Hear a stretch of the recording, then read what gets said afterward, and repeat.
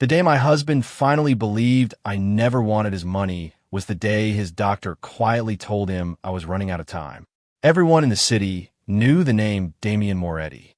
His empire stretched across luxury hotels, shipping companies, private security firms, and investment groups so powerful that newspapers rarely questioned where his influence truly ended. To the public, he was an untouchable billionaire. Behind closed doors, people whispered another title with lowered voices. Mafia Alpha. Ruthless. Brilliant. Impossible to deceive. The morning I married him, I understood why those rumors existed. The wedding was held inside the marble ballroom of the Moretti estate overlooking the Hudson River, surrounded by towering windows that reflected a cold gray sky. Hundreds of guests filled the room, dressed in black tuxedos and elegant designer gowns, yet the atmosphere felt less like a celebration and more like the signing of a business merger. No laughter echoed through the hall. No joyful conversations drifted between tables. Every smile looked carefully rehearsed. Every handshake carried hidden calculations. Damian stood at the altar wearing a perfectly tailored charcoal suit, his silver cuff links catching the light each time he adjusted them. He never looked nervous. He never smiled. His icy blue eyes examined every person who approached him with the detached precision of someone evaluating financial reports instead of human beings. When my turn came, those same eyes settled on me without warmth. They studied my face as though searching for evidence that I had already begun stealing from him. I returned the look with the gentlest smile I could manage, even though a dull ache had already settled beneath my ribs before the ceremony began. The pain had become familiar over the past several months. It came quietly, lingered for hours, then disappeared before anyone noticed. I had learned how to hide it beneath calm breathing and steady posture. No one attending this wedding knew what my doctors already did. No one except me had read the scans. No one knew the number quietly counting down inside my future. The officiant spoke about trust, commitment, and lifelong devotion. Each word sounded strangely distant, almost unreal. Damian never reached for my hand until instructed. Even then, his touch remained formal and brief.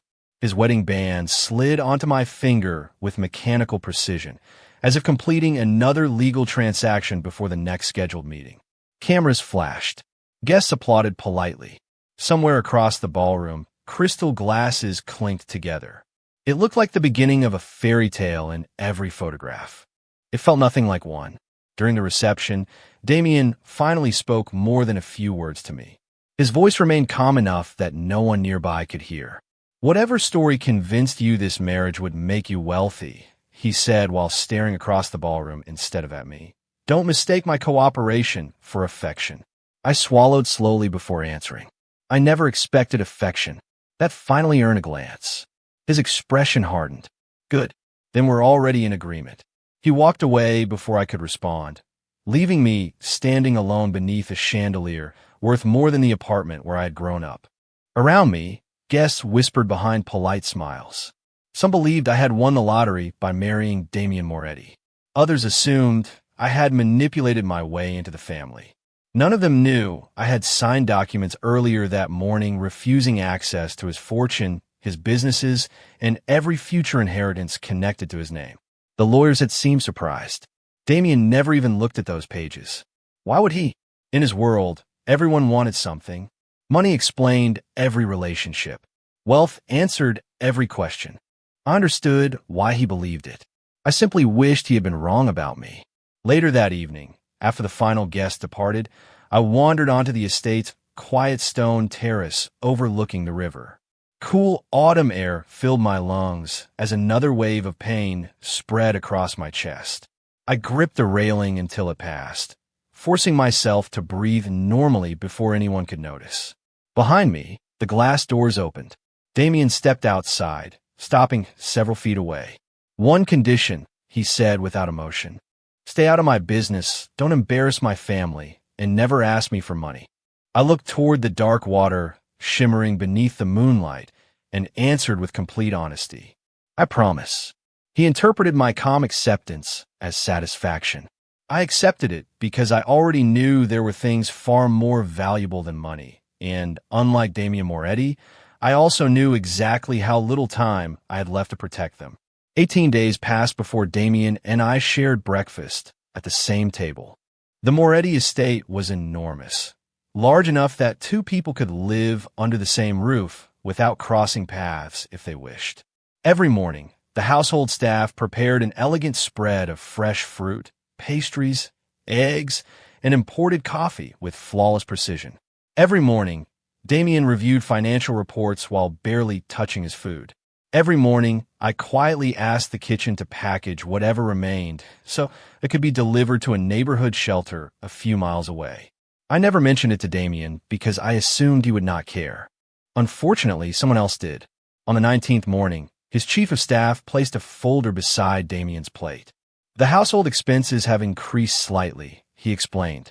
Damian flipped through several pages before stopping. His eyes narrowed. Food deliveries? The man nodded. Your husband requested them. Damian finally looked at me. Planning to impress the city with my money already? His words were calm, but the disappointment behind them landed heavier than anger. I folded my napkin carefully before answering.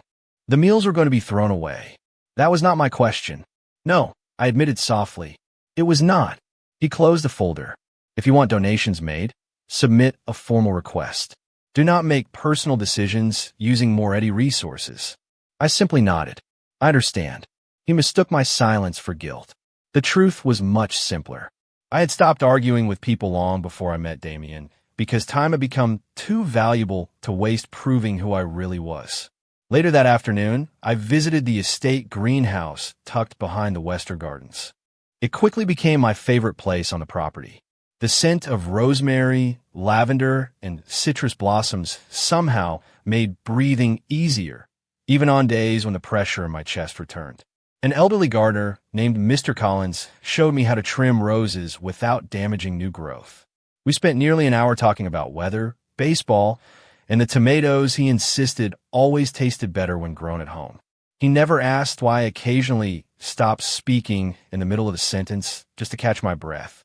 He pretended not to notice, and I appreciated the kindness. As the weeks passed, the staff slowly relaxed around me.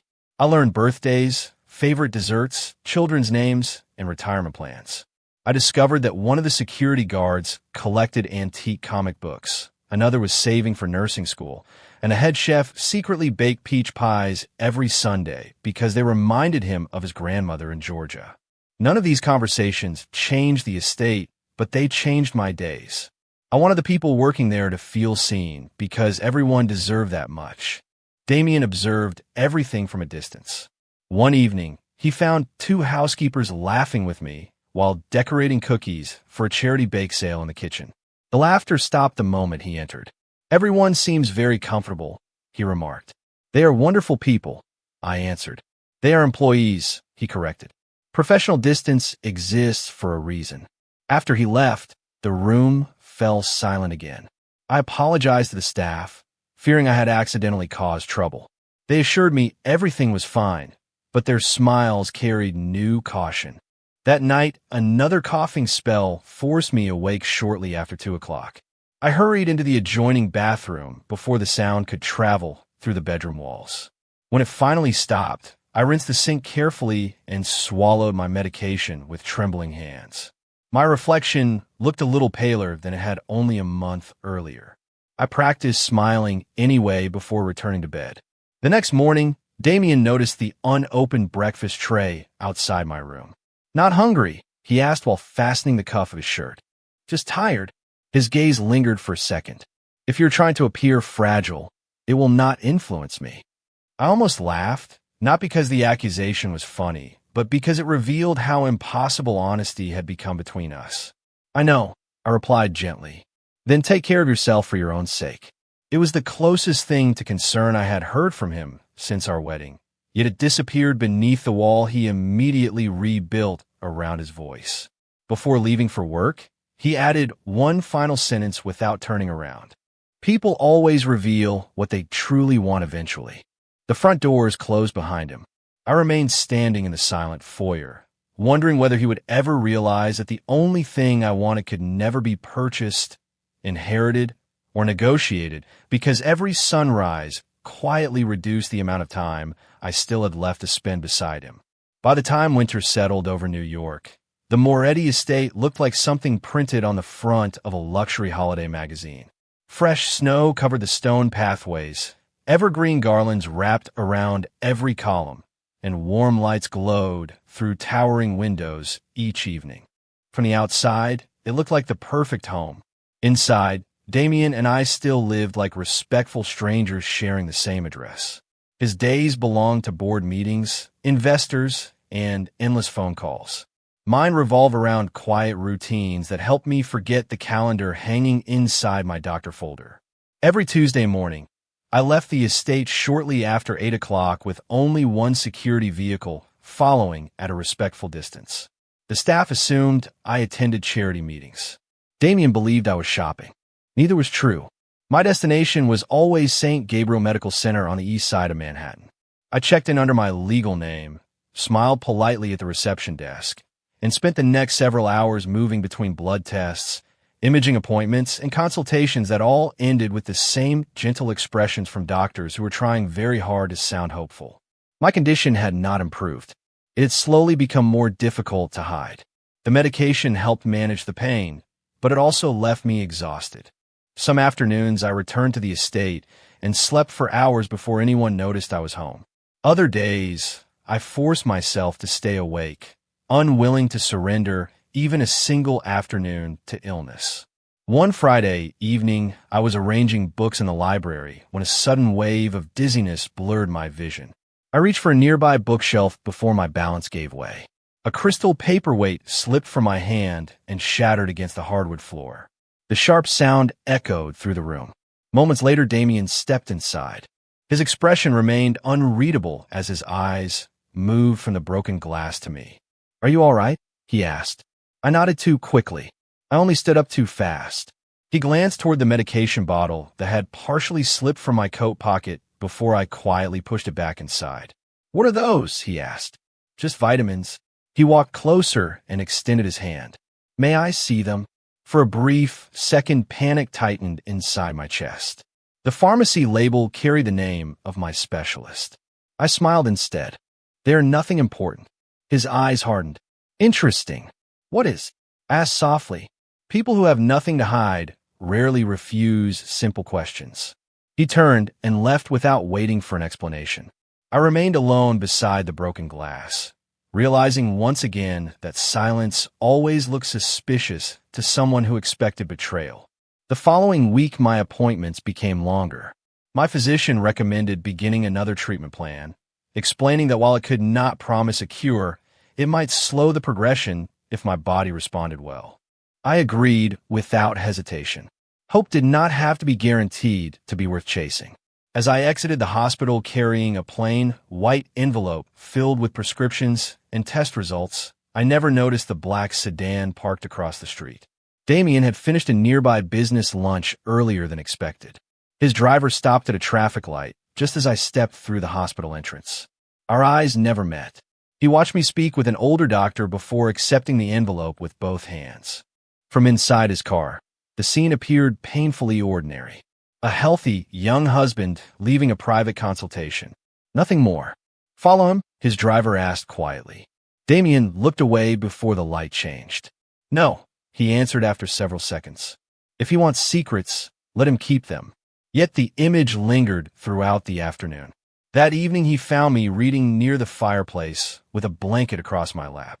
"You were in Midtown today," he remarked casually. I looked up from my novel. "Yes. Shopping." Something like that.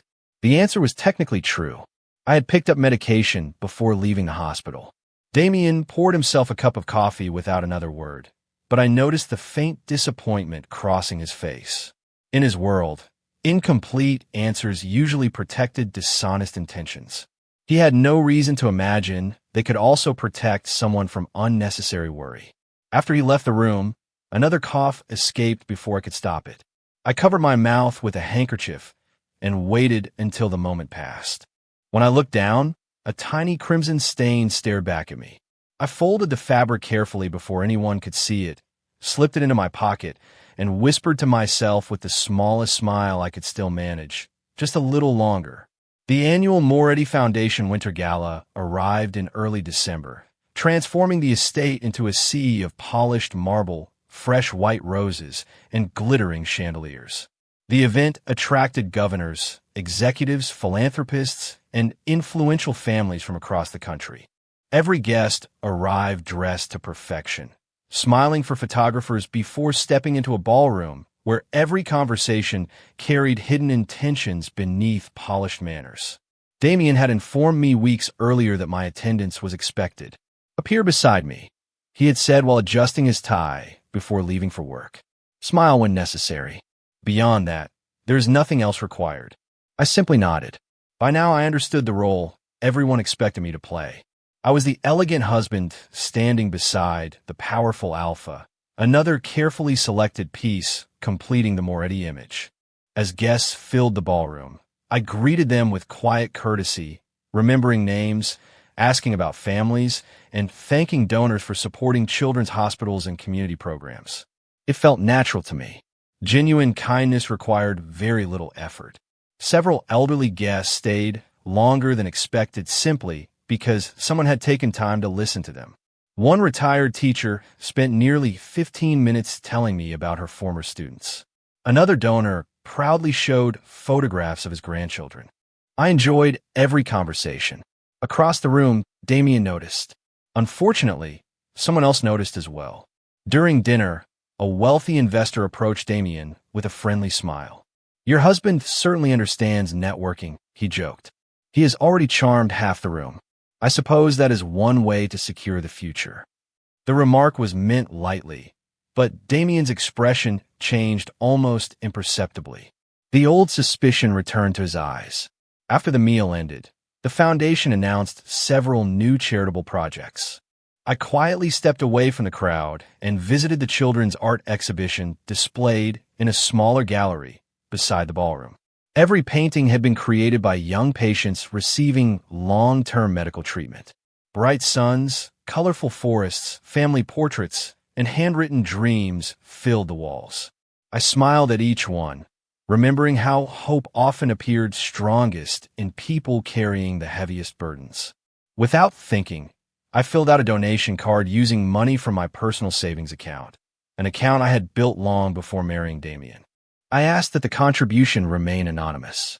Moments later, Damien entered the gallery holding the completed card someone had accidentally handed him instead of the event coordinator.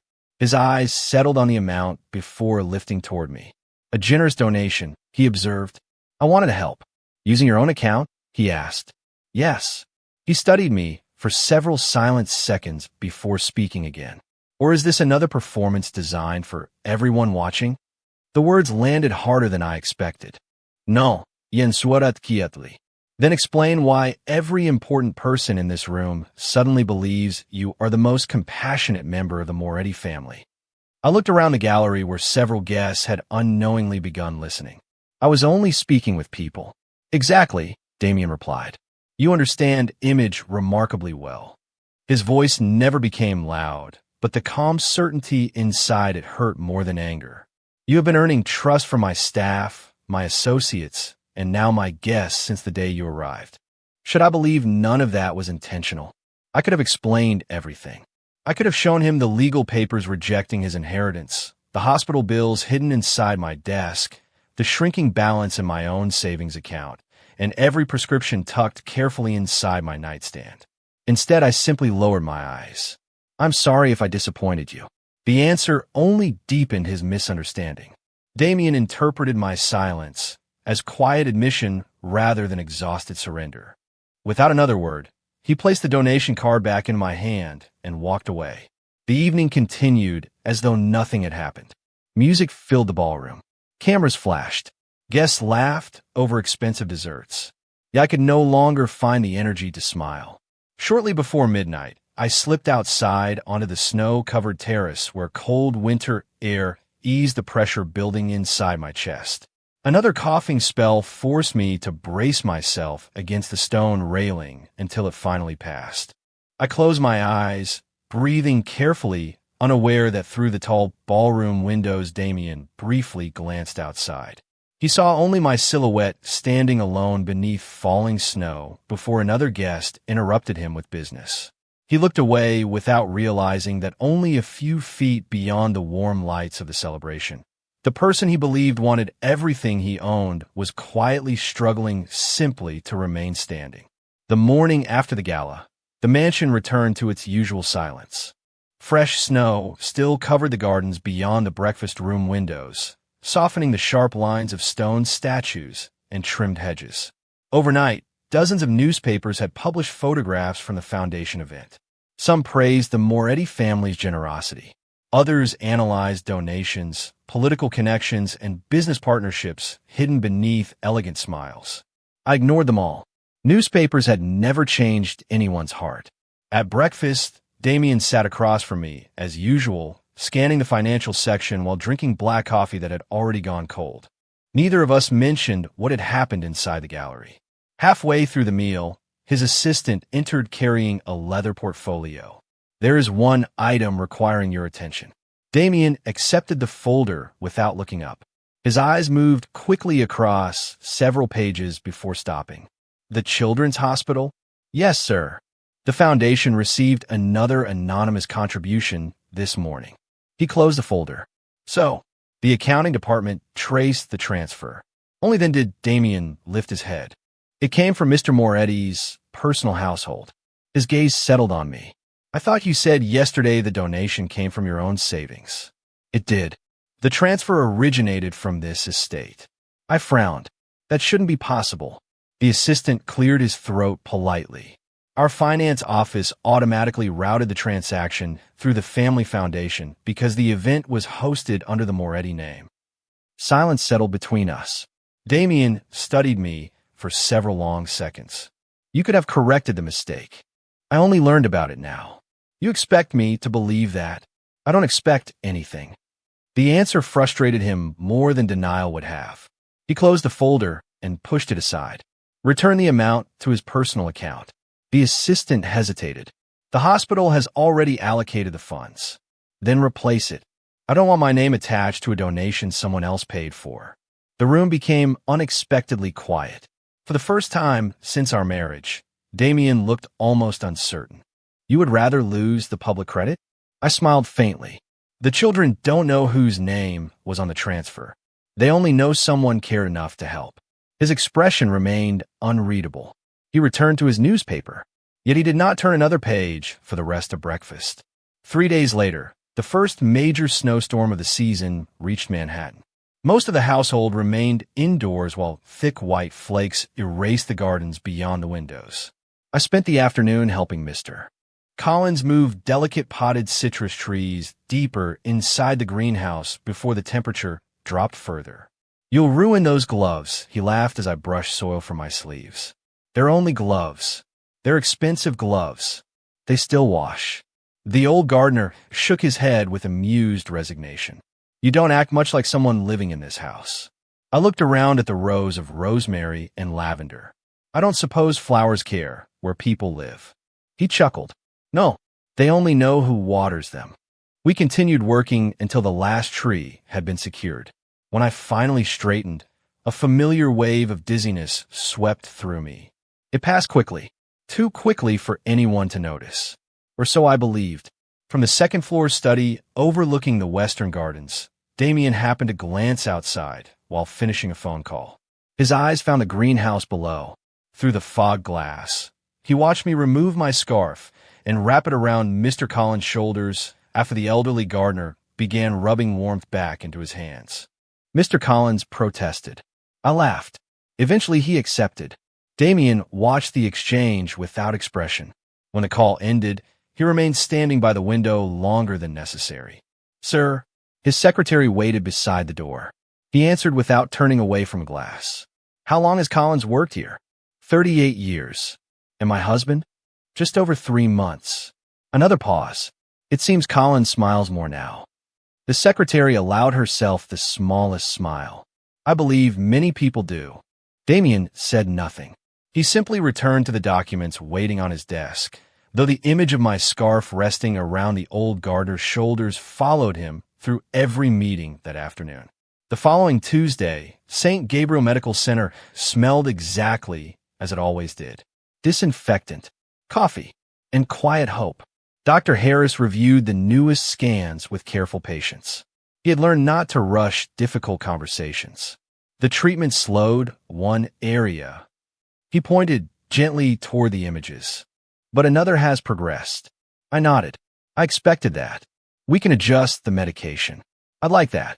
He hesitated before closing the folder. Has your husband been informed yet? I smiled, though neither of us believed it reached my eyes. He has responsibilities. So do you. I know. Dr. Harris removed his glasses. You don't have to protect everyone. I know, but I'm not protecting him. He looked at me with quiet confusion. I folded the reports back into the familiar white envelope. I'm protecting the little time we still have. If he learns the truth now. I glanced toward the snow drifting past the hospital window. Then every ordinary day becomes a countdown. I'd rather let him keep believing I'm difficult than force him to spend every conversation wondering whether it will be our last. Dr. Harris lowered his eyes. After many years in medicine, he had heard countless reasons people hid illness. Fear, greed, shame. Mine was the first built entirely from love. He quietly signed the next prescription without trying to change my mind. As I left his office, neither of us noticed the television mounted above the waiting room. The morning news had just begun covering another major Mority Foundation project. Damien's face appeared across the screen. I paused only long enough to smile softly. Then I adjusted the scarf around my neck and continued toward the elevator, carrying the white envelope a little closer against my chest. The days slipped quietly toward Christmas. The Moretti estate became busier than ever. Executives arrived, carrying contracts worth hundreds of millions of dollars. Family associates came and went beneath layers of expensive wool coats, while security teams rotated around the property day and night. Everyone seemed to be preparing for another successful year. Only I found myself counting something entirely different. Another prescription, another appointment, another sunrise. One afternoon, Rosa knocked softly before entering my sitting room. A package arrived for you. She placed a narrow cardboard box on the coffee table. There wasn't any sender listed. Thank you. After she left, I opened it carefully. Inside lay dozens of handmade Christmas cards. Every one had been drawn by children from St. Gabriel's pediatric oncology ward. Some were covered with glitter. Others showed crooked snowmen, smiling reindeer, or houses with impossibly colorful roofs. The first card simply read, "Thank you for buying our art supplies." Another said, "Mom says kind people are angels without wings." One little boy had drawn a superhero wearing a red cape. Across the bottom, he had written in uneven blue crayon, "Please don't get sick this winter." I stared at those words for a very long time. Then, without realizing it, I laughed. Not because they were funny, because life occasionally possessed a strange sense of humor. That evening, Damien entered the library searching for a financial report. He stopped beside the fireplace. The cards were spread across the table. Dozens of them, bright colors scattered across polished walnut. His eyes drifted over childish handwriting before settling on me. "What are these?" "Christmas cards." "I can see that." He picked one up. "Where do they come from?" "A hospital." His fingers paused. "The children's art program." I donated some supplies. He continued reading the tiny messages. None of them mentioned the Moretti family. None of them thanked a billionaire. Every card thanked you. He quietly placed them back where they belonged. They remembered. Their children. They usually remember kindness better than money. Something unreadable crossed his face. Then the moment disappeared beneath familiar restraint. "You'll miss dinner. I'll come in a minute." He nodded once before leaving. For reasons he couldn't explain, he walked considerably slower than usual all the way back to his office. 2 nights later, another coughing fit woke me shortly after midnight. This one lasted longer. Much longer. I barely reached the bathroom before blood stained the white porcelain sink. When it finally stopped, exhaustion settled through every muscle. I leaned both hands against the counter until my breathing steadied. The medication bottle beside the mirror had become almost empty. Tomorrow. I needed another refill tomorrow. I rinsed away every trace of red before returning to bed. The hallway outside remained silent, or so I believed. Across the corridor, Damien had stepped out of his study only moments earlier after finishing a conference call with London. He heard something. Not words. Not coughing. Only water running in the adjoining bathroom at nearly 1 a.m. He glanced toward my bedroom door. A thin strip of light glowed beneath it. For several seconds, he considered knocking. Instead, he checked his watch.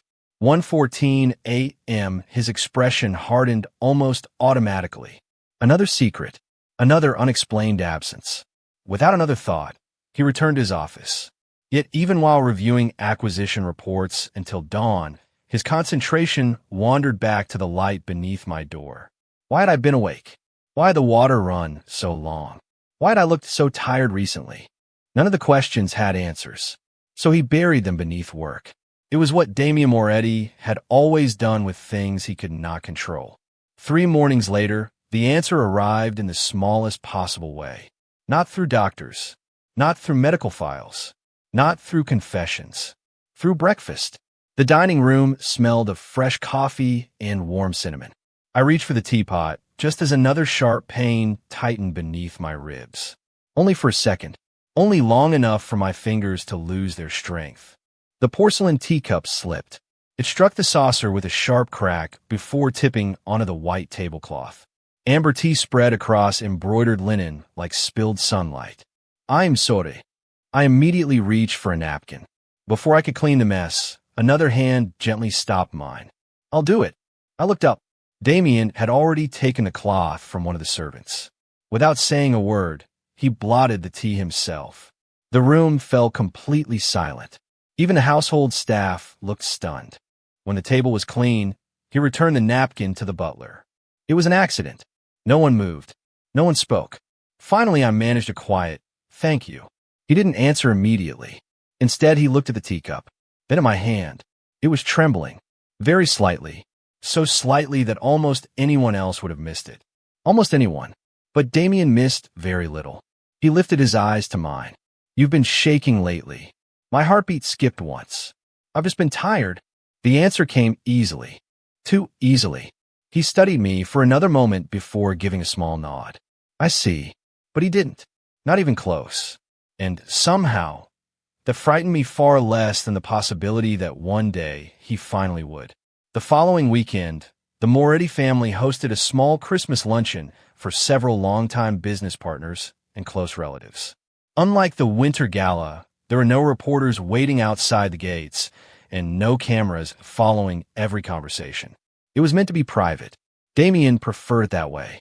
By noon, the dining room had filled with quiet conversations and polished smiles. I recognized only a handful of faces. Most of the guests recognized me. "The famous husband," one elderly gentleman said with an amused smile. "We've heard quite a lot about you. I hope nothing too dramatic." He laughed. "In this family, dramatic is considered normal." The table relaxed. For the first time all afternoon, genuine laughter drifted through the room instead of carefully rehearsed politeness. Damien noticed. He always noticed. He simply chose not to comment. Lunch continued peacefully until dessert arrived. One of the younger servers accidentally caught the edge of the tablecloth while placing a tray of coffee cups onto the table. The entire silver coffee service tipped sideways. The young beta froze. His face drained of color before the first cup even shattered against the marble floor. "I'm so sorry. It was my fault. His voice disappeared completely. The room became painfully quiet. Everyone knew mistakes inside the Moretti estate rarely ended well. Before anyone else could speak, I stood. "It's all right." I knelt without hesitation and began gathering the larger porcelain pieces before someone stepped on them. The young server immediately dropped beside me. "No, sir. Please don't. You'll cut your hands." I smiled. "Then we'll both be careful." Together we finished clearing the broken pieces while another employee brought fresh towels. When we stood again, the young man's eyes had turned red. "I thought I was going to lose my job. You broke a coffee cup. You didn't break your character." His lips trembled before he quietly nodded. The conversation around the room slowly resumed. Only after everyone had relaxed did I notice Damien watching me from across the table. He had barely touched his dessert. One of his uncles leaned toward him with a faint smile. Interesting choice. Damien looked away from me. What is? Your husband. I wasn't aware he was a choice. He makes people loyal. Damien's expression remained unreadable. Loyalty can be purchased. His uncle slowly shook his head. No, obedience can. Loyalty cannot. The words lingered in Damien's mind long after the luncheon ended. That evening, while reviewing security reports in his office, he found himself remembering something that had happened months earlier. The housekeepers laughing in the kitchen. Mr. Collins smiling inside the greenhouse. The children's Christmas cards spread across the library table. The frightened young server nearly crying with relief after a simple accident. Individually, none of those moments meant very much. Together, they formed a pattern Damien could not quite explain.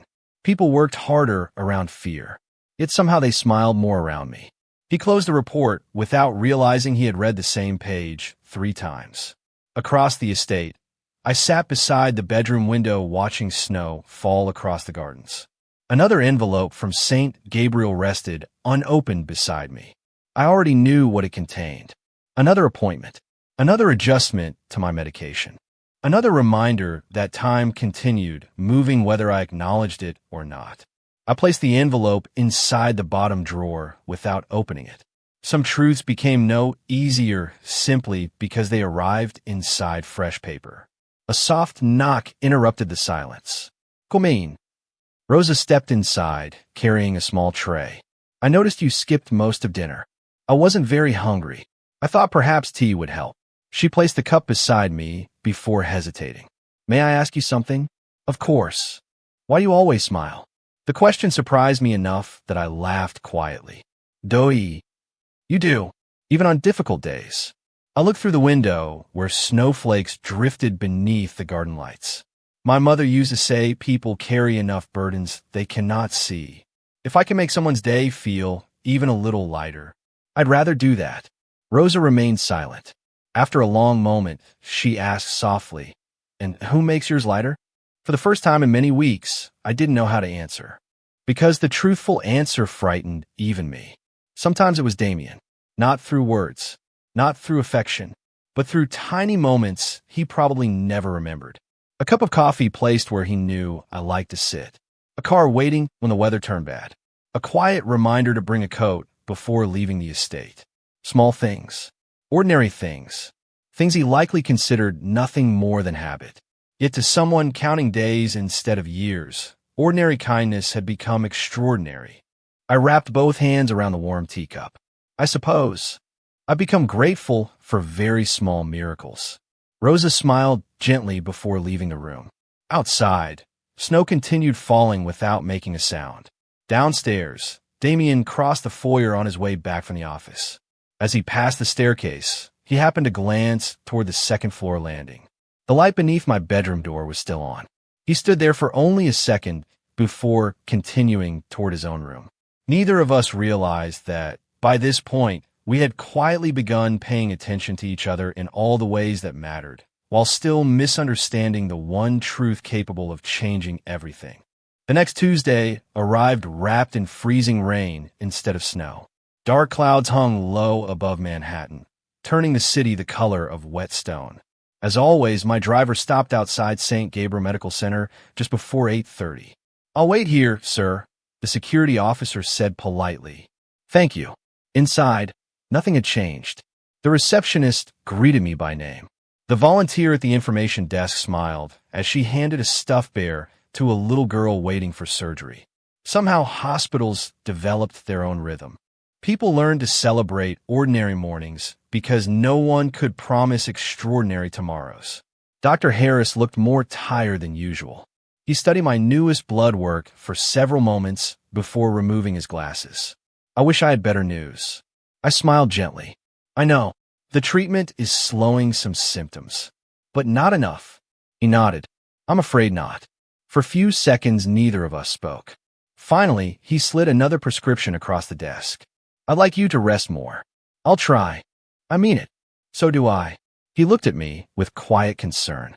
You're becoming very good at pretending you're fine. I've had practice. His expression softened. That isn't something anyone should have to practice. When the appointment ended, he walked me to the hallway himself. Call immediately if the coughing becomes worse. I will.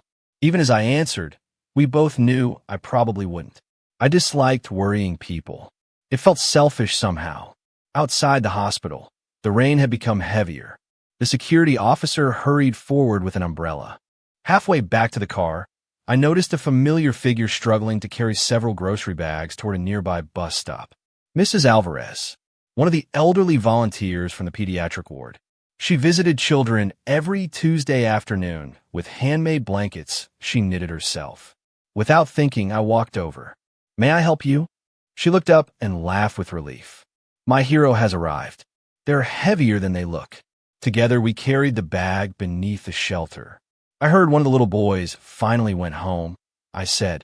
Her entire face brightened. Yesterday, his scans came back clear. He's been telling everyone he's stronger than Batman. I believe him. So do I. The bus arrived moments later. Before climbing aboard, she squeezed my hand. Take care of yourself too, sweetheart. I'll do my best. The words lingered with me all the way back to the estate. Across the city, Damien sat through a quarterly strategy meeting that seemed to stretch forever. Charts covered the conference room screens. Revenue forecasts. Expansion plans. Market analysis. Normally, he noticed every detail. Today, his attention wandered. One of the directors paused midway through a presentation. Damien, he blinked once. My apologies. Continue. The meeting resumed. Yet the numbers refused to settle into their usual neat patterns. Instead, his mind drifted unexpectedly toward breakfast that morning. I had barely touched my food again. Not dramatically. Not enough for anyone else to mention. Just enough for him to notice. When the meeting finally ended, his chief financial officer caught up beside the elevator. You seem distracted. I am working. I didn't say you weren't. The older man smiled knowingly. I asked if you were distracted. Damien remained silent. After several seconds, he answered with unusual honesty. I don't understand him. The young Mr. Moretti? Yes. The older Alpha considered the question. What don't you understand?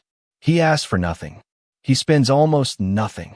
He has never mentioned inheritance. He has never introduced business proposals. He thanks the staff more often than he speaks to executives. He frowned slightly. I keep waiting. For what? For him to want something. The older man laughed quietly. Perhaps he already has. Damien glanced toward him. What do you mean? Some people don't marry for leverage. Some don't measure wealth the way we do. The elevator doors opened. Before stepping inside, the older Alpha added one final thought. You spent your whole life identifying transactions. Perhaps that's why genuine kindness looks unfamiliar. The doors closed. Damien stood alone inside the elevator as it descended toward the underground garage. For reasons he could not explain, the conversation unsettled him far more than the morning's financial reports. That evening I returned home, carrying a small paper bag. Inside were 6 knitted scarves the children from St. Gabriel had made during their winter craft program. Each one was uneven. Each one was beautiful. Rosa found me placing them beneath the Christmas tree in the entrance hall. What are these for? The staff. She blinked. All of us. They made one for everyone who keeps this house warm. She picked up a dark green scarf, running gentle fingers across the uneven stitches. They're not perfect. They weren't trying to be. For a moment, her eyes shimmered. I don't remember the last time someone gave the staff Christmas presents. I smiled. They've been giving me kindness all year. I only thought it was fair to return a little of it. Neither of us noticed Damien standing quietly at the far end of the hallway. He had arrived home minutes earlier and stopped the moment he heard our voices. From where he stood, he watched Rosa carefully fold the scarf against her chest as though it were something priceless. It cost almost nothing, yet the gratitude in her eyes could not have been purchased with all the money in the Moretti accounts. For the first time in many years, Damien found himself wondering whether generosity and wealth had ever truly belonged to the same world. Christmas Eve arrived with an unusual kind of quiet. Most of the household staff had finished their work early so they could spend the evening with their families. The enormous estate, usually filled with footsteps and distant conversations, felt strangely peaceful. Damien remained in his office. I wandered into the kitchen shortly before sunset. Only the head chef was still there, carefully wrapping leftover pastries into small boxes. "You should be home," I said. "So should you." He smiled without looking up. "My wife insists I bring dessert. I've learned it's dangerous to disappoint her." I laughed softly. I imagine she's right. He placed another ribbon around one of the boxes before glancing toward me. "Would you mind helping me with something?" "Of course." An hour later, every remaining dessert had been divided into smaller packages. One was for the security team working the overnight shift, another for the gardeners, several more for the housekeeping staff who would return the following morning. None of it was expensive, just enough so everyone would have something sweet waiting after Christmas. As we finished, the chef wiped flour from his hands. "You know, I've worked here nearly 20 years. I don't think anyone has ever asked what my grandchildren like to eat." I smiled. They're lucky to have someone who bakes for them. "So are we." His answer caught me off guard. Before I could respond, he quietly carried the last box toward the staff entrance. I remained alone in the warm kitchen, breathing in the familiar scent of cinnamon and vanilla. For a few precious minutes, the tightness inside my chest almost disappeared. Almost. When I finally returned upstairs, another wave of exhaustion settled over me so suddenly that I had to stop halfway up the staircase. I rested one hand against the polished railing until the dizziness faded. "Are you all right?" The voice came from behind me. I turned. Damien stood at the bottom of the stairs, a dark overcoat draped over one arm. "I didn't hear you." "I noticed. I'm Phoenix." His eyes lingered on my face. "You've said that often lately." I managed a small smile. "It usually ends the conversation. It doesn't answer the question." For a moment, neither of us moved. Then I continued climbing the remaining steps. "I hope you have a good evening." "So do you." It was a simple exchange. Yet after I disappeared down the hallway, Damien remained standing exactly where he was. He could not remember the last time someone had wished him a good evening without expecting anything in return. The following morning, Christmas sunlight poured through the tall windows overlooking the eastern gardens. Fresh snow reflected enough light to brighten every corner of the breakfast room. Damien entered a few minutes after I did. A single wrapped package rested beside his plate. He stopped. "What is this?" "A Christmas present. I didn't buy one for you." "I know." He looked at the small package as though it might contain an elaborate joke. Slowly, he untied the ribbon. Inside was a worn leather notebook. Nothing expensive, nothing rare. He opened the first page. Written neatly inside was a list. Restaurants, small bookstores, a jazz cafe hidden beneath an old theater, a family-owned bakery in Brooklyn, a quiet park overlooking the river. Each place included a short handwritten note. "Best hot chocolate in winter." The owner remembers everyone's name. "Visit just before sunset. The pianist only performs on Thursdays." Damien looked up. "What is this?" "My favorite places." He frowned slightly. "Why are you giving them to me?" I looked out toward the snow-covered gardens. "Because you've lived in this city your whole life. But I don't think you've ever really had time to see it." Silence settled gently between us. He lowered his eyes to the notebook once more. Every page had been written by hand. No business contacts, no investment opportunities, no famous restaurants reserved for celebrities. Just ordinary places where ordinary people smiled at strangers. He closed the notebook carefully. "Thank you." The words sounded unfamiliar in his voice, almost awkward. "You don't have to thank me. I wanted to." Breakfast continued quietly.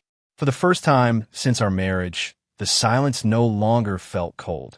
Later that afternoon, Damien's phone rang while he was reviewing contracts in the study.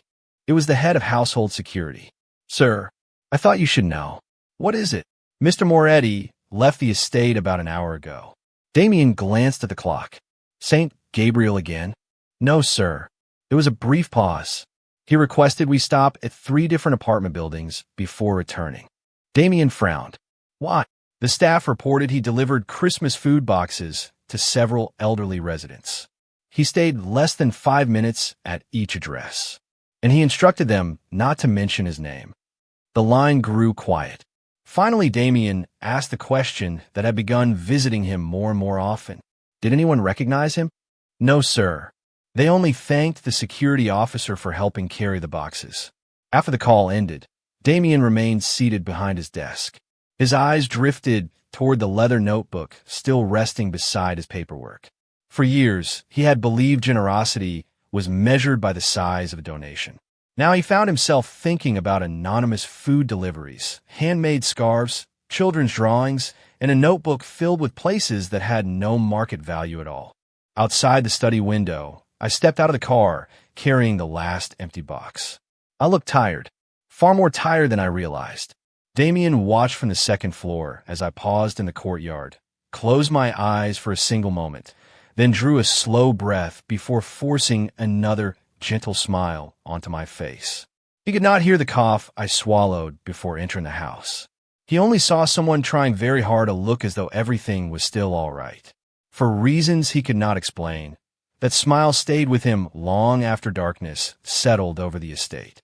The first week of January arrived with clear skies and bitter cold. The holiday decorations disappeared from the estate almost overnight. Garlands were carefully packed away. The towering Christmas tree vanished from the entrance hall. Even the music seemed quieter.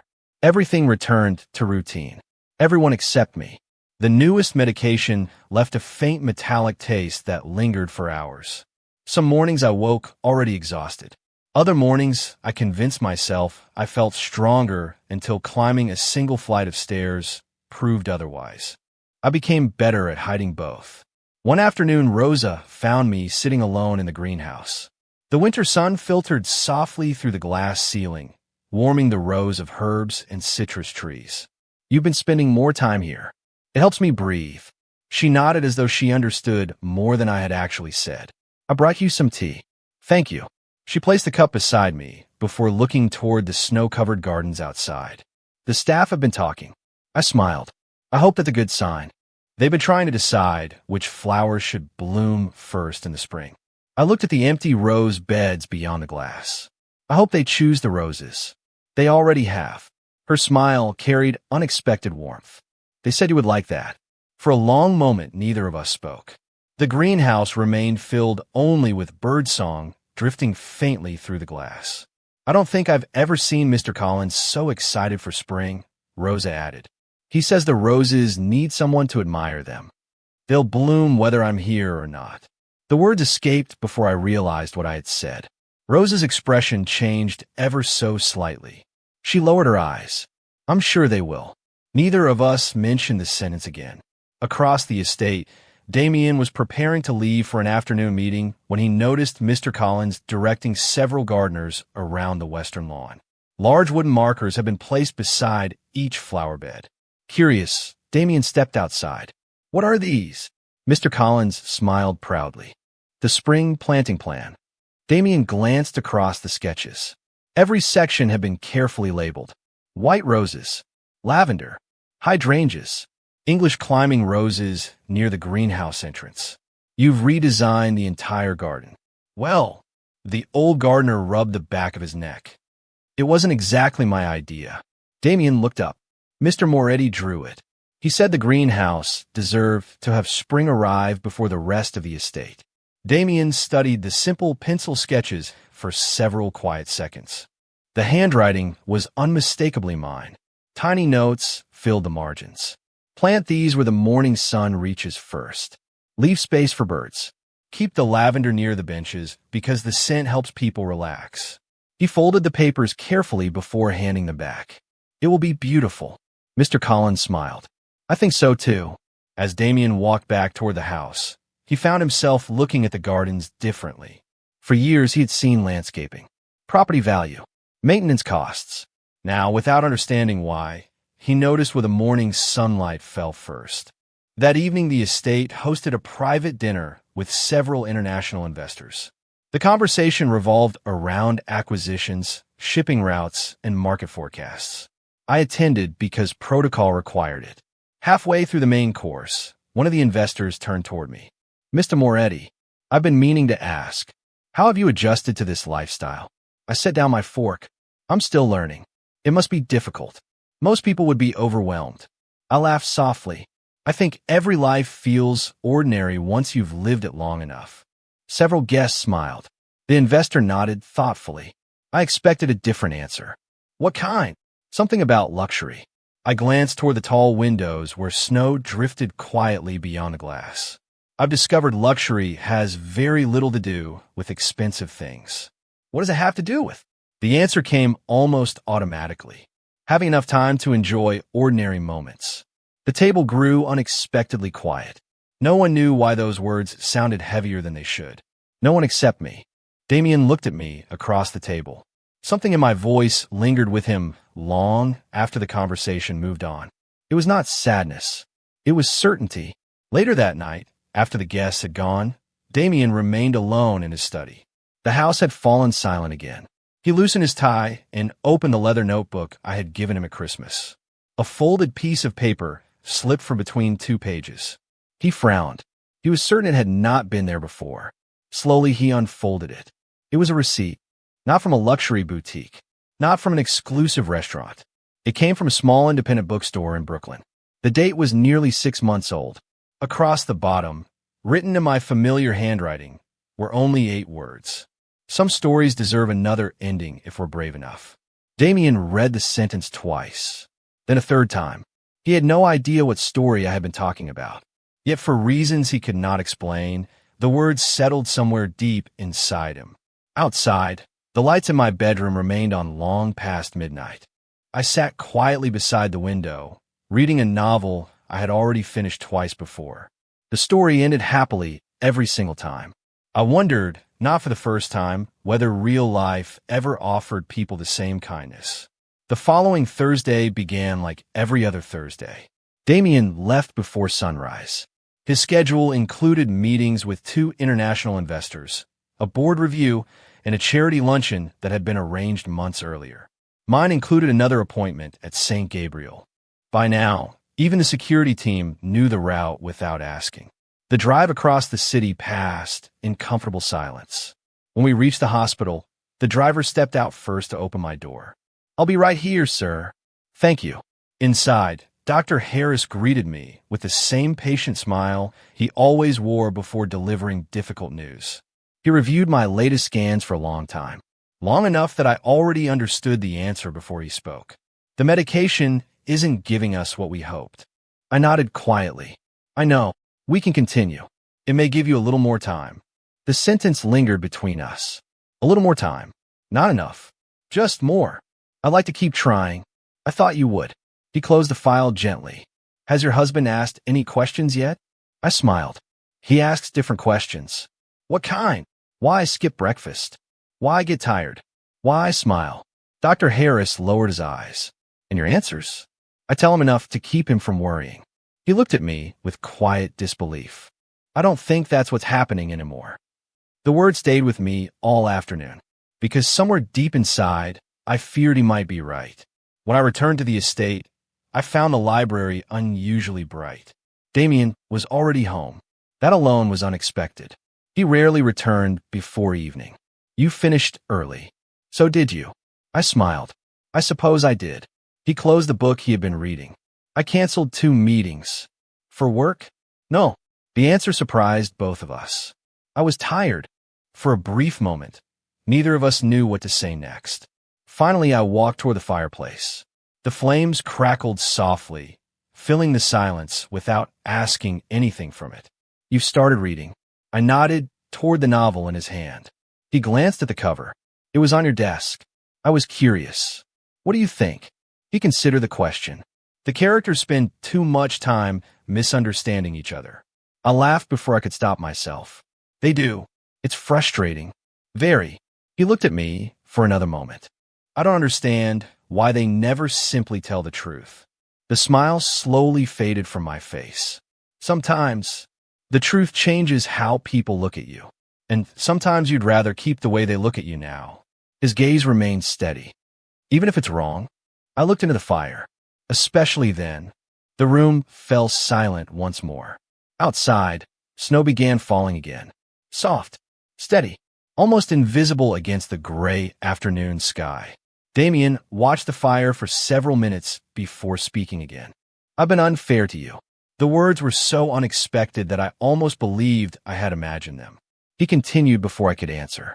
I assumed motives without evidence. I judged intentions I never bothered to verify.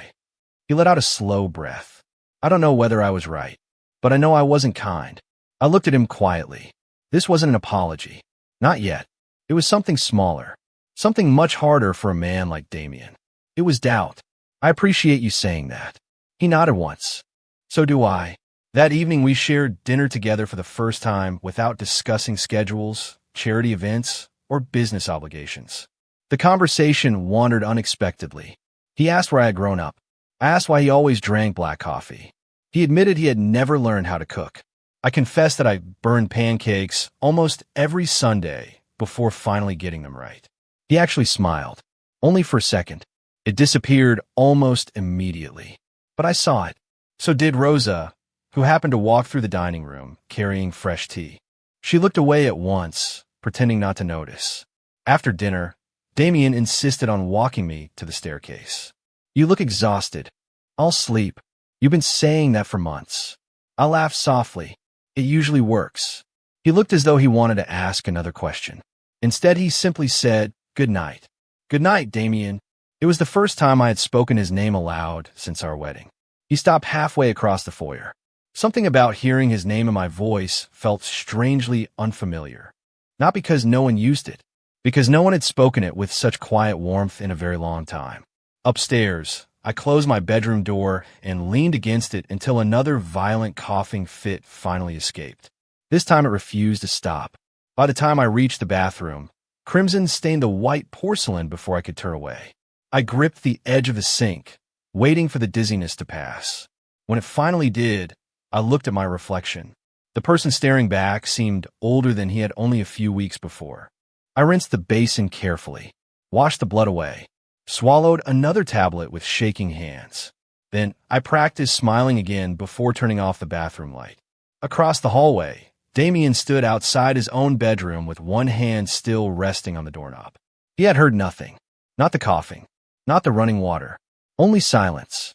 Yet, for reasons he could not explain, an unfamiliar uneasiness settled over him as he looked toward the closed door of my room. For the first time since our marriage, the thought crossed his mind without warning. What if I'm already too late to understand him? He dismissed the thought almost immediately. Tomorrow, he told himself. There would be time tomorrow. Neither of us knew how precious that ordinary promise had quietly become. The next morning arrived brighter than the one before.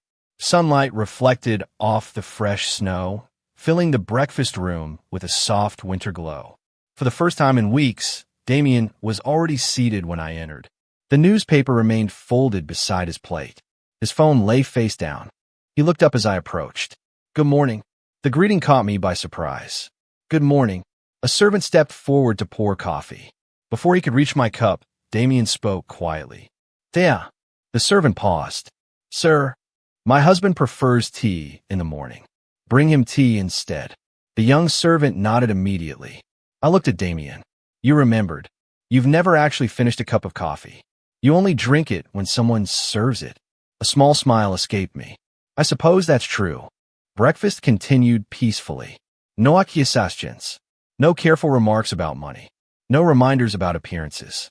It was astonishing how different silence could feel when suspicion no longer occupied every chair at the table. As we finished eating, Damien stood and reached for his coat. "I'll be late tonight. I have a meeting with the Port Authority." "I understand." He hesitated. "If you're planning to go into the city." The sentence stopped halfway. I waited. "Take the warmer car. The roads are icy." "I will." He gave a short nod before leaving. Only after the front doors closed did Rosa quietly smile. "He worries."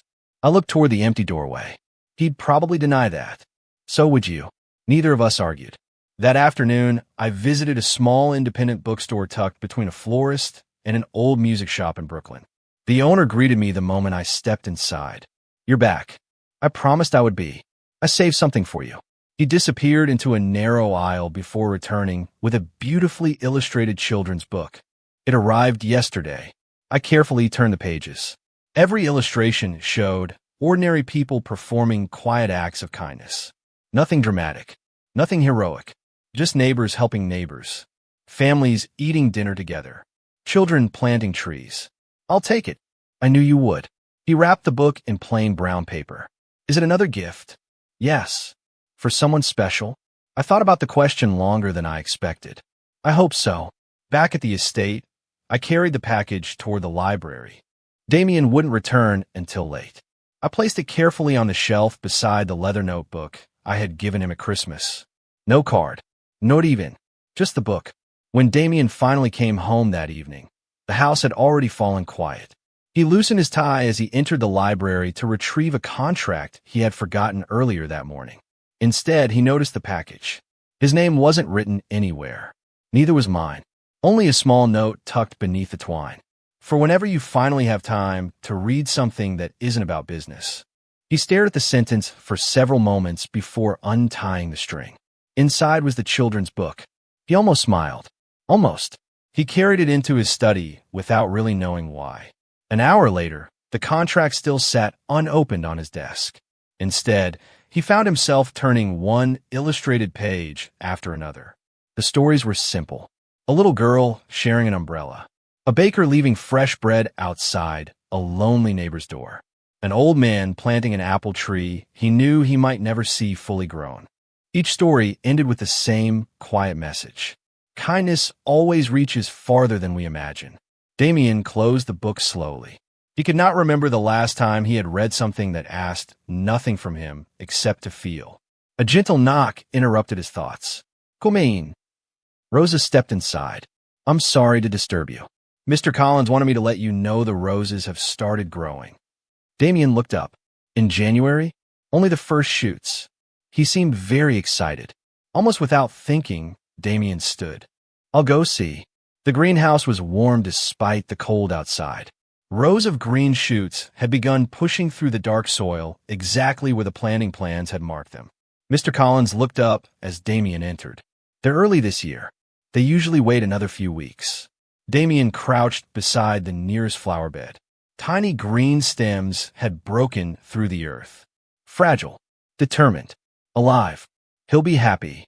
The words left his mouth before he realized what he had said. Mr. Collins smiled. Mr. Moretti checks on them every few days.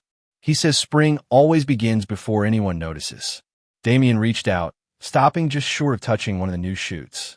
For the first time in many years, he found himself hoping for spring. Not because of the gardens.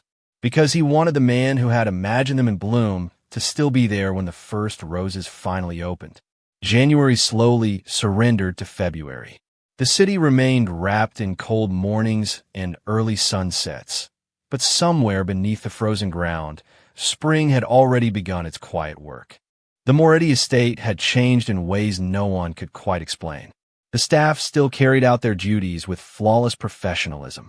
Meetings still filled Damien's calendar. Business continued exactly as before.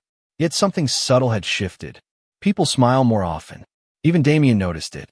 One Monday morning, his executive assistant entered the office carrying the week's schedule. Your 3 o'clock has been moved. What? The governor requested another date. Damien nodded. Fine.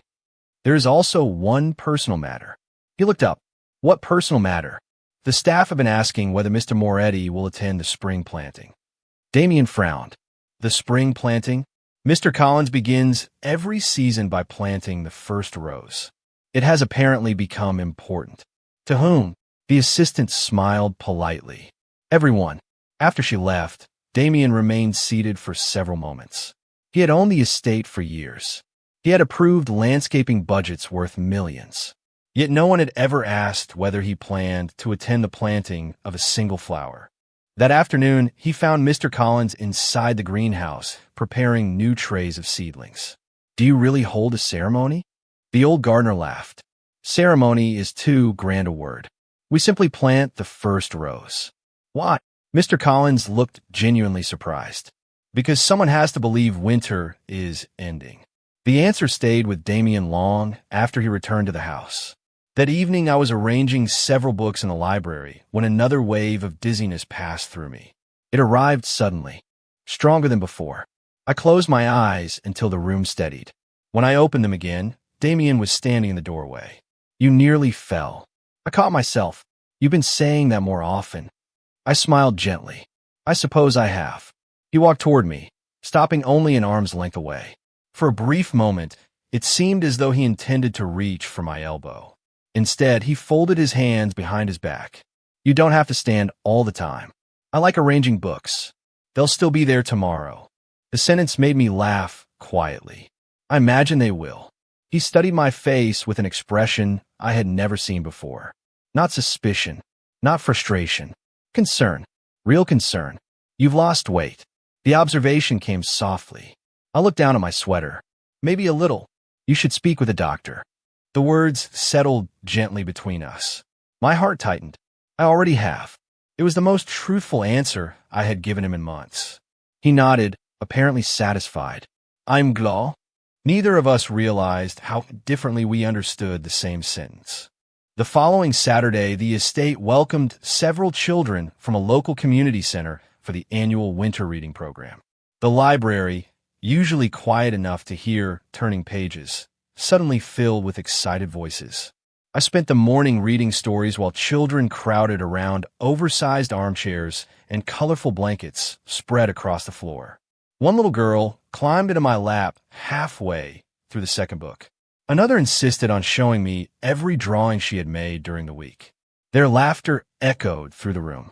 At the far end of the library, Damien paused outside the open doors. He had intended to retrieve a report. Instead, he remained where he was.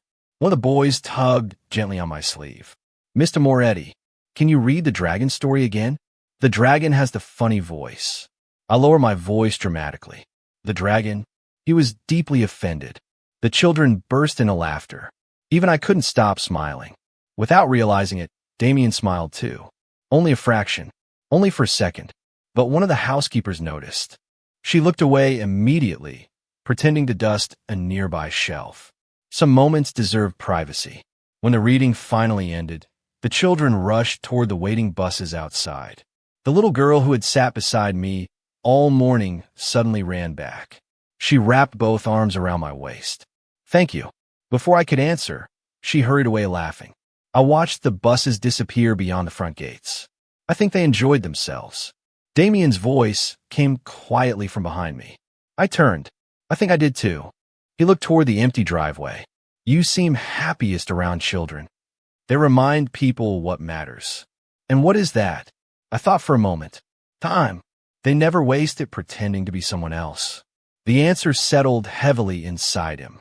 For reasons he couldn't explain, every conversation we shared now seemed to end with the same invisible thread. Time. He heard the word more often than anyone else would have noticed. Yet he still never imagined why it appeared so often. He only knew that whenever I spoke about tomorrow, spring, ordinary mornings, or small moments, there was a quiet tenderness in my voice that made those simple things sound unimaginably precious. He did not yet understand that I spoke about them the way travelers speak about home just before the journey ends. Late February brought the first afternoon warm enough to open the greenhouse windows. A gentle breeze drifted through the rows of lavender and rosemary, carrying with it the unmistakable scent of damp earth beginning to wake after winter. Mr. Collins looked positively delighted. I told everyone it would happen early this year. He knelt beside one of the rose beds, brushing loose soil away with careful fingers. "Come look." I crouched beside him. Tiny green buds had begun forming along several stems. They were still tightly closed, fragile enough that a careless touch could damage them. "They're beautiful. They're stubborn." He laughed quietly. Roses always are.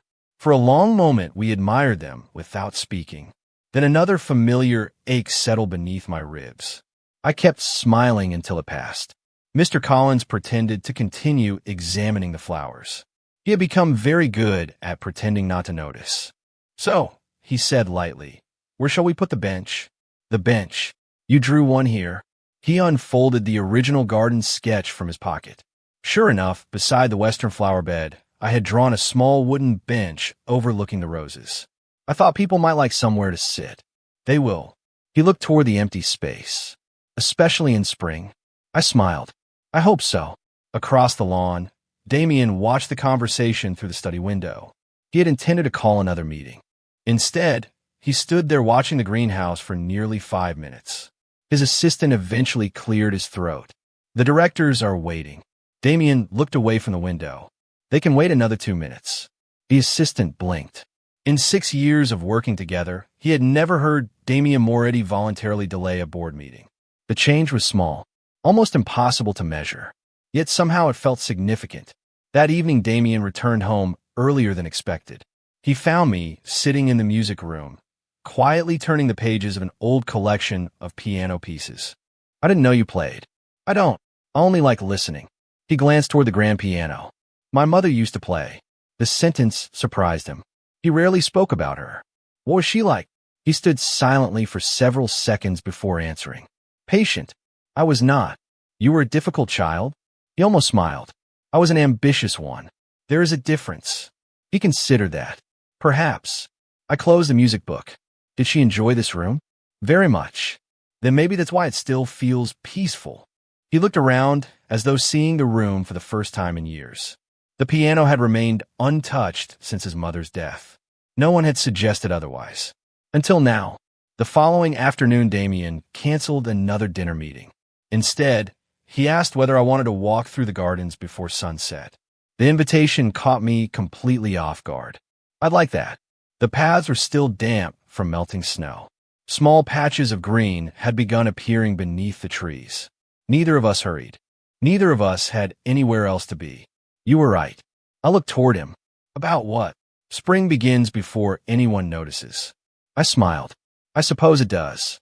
He glanced toward the rose garden. Collins says they'll bloom early. I hope he isn't disappointed. He won't be. His answer came with quiet certainty. We continued walking. Halfway around the pond, a flock of birds suddenly lifted into the evening sky. Their wings caught the last golden light of the setting sun. I stopped to watch them disappear beyond the trees. They always know when it's time to leave. I spoke almost to myself. Damien looked at me. And they always come back. A faint smile touched my face. I suppose they do. He did not notice the sadness hidden beneath those words. Or perhaps he noticed it and simply didn't understand it. When we returned to the house, Rosa met us at the entrance. Dinner will be ready in 15 minutes. We'll be there shortly, Damien answered. She smiled with quiet satisfaction before disappearing toward the kitchen. It was the first time she had heard him answer for both of us. Later that night, after Damien had gone to his study, I sat alone in my bedroom, sorting through the papers inside the bottom drawer of my desk. Hospital reports, blood test results, scans, prescription receipts. I arranged them neatly into a single envelope, not because I planned to show anyone, because I had begun worrying someone else might eventually have to find them. After sealing the envelope, I wrote only 2 words across the front. For Damien. I stared at the handwriting for a long time. Then I quietly slipped the envelope beneath a stack of ordinary stationery, hoping with all my heart that he would never need to open it. Early March arrived with mornings that no longer felt quite as cold. The gardeners removed the protective coverings from the rose beds. Tiny green leaves now covered branches that had looked lifeless only weeks before. Everywhere across the estate, winter was quietly surrendering. That morning I woke before dawn. For several minutes, I remained sitting on the edge of the bed, waiting for enough strength to stand. It was becoming a familiar routine, not because the pain had grown unbearable, because recovery took a little longer each day. When I finally reached the window, the eastern sky had only begun to brighten. The estate looked peaceful. I wondered how many more sunrises I would watch from that room. A gentle knock interrupted my thoughts. Come in. Rosa entered carrying breakfast. She paused the moment she saw me already dressed. You're awake early. I couldn't sleep. She placed the tray beside the window instead of on the table. I thought you'd rather eat here. I smiled. You know me too well. She adjusted the curtains slightly. The roses have new buds. I know. I checked yesterday. Her eyes softened. Mr. Collins said he'll cut the first bloom for you. I hope he doesn't. She looked surprised. They're prettier outside. They've waited all winter to bloom. It seems unfair to move them the very first day. Rosa laughed quietly. I'll tell him. After she left, I managed only a few bites before the familiar exhaustion returned. The untouched toast remained on the plate long after the tea had gone cold. Downstairs, Damien noticed. He looked toward the breakfast tray being carried back to the kitchen. He ate almost nothing again. The butler answered carefully. No, sir. Damien remained silent. Then he surprised everyone at the table. Asked the chef to prepare whatever he feels like eating tomorrow. The butler blinked. Anything, sir. Anything. If he asks for pancakes at dinner, make pancakes. If he wants soup for breakfast, serve soup. The butler smiled almost imperceptibly. Very good, sir. Damien picked up his briefcase. As he reached the front door, he stopped.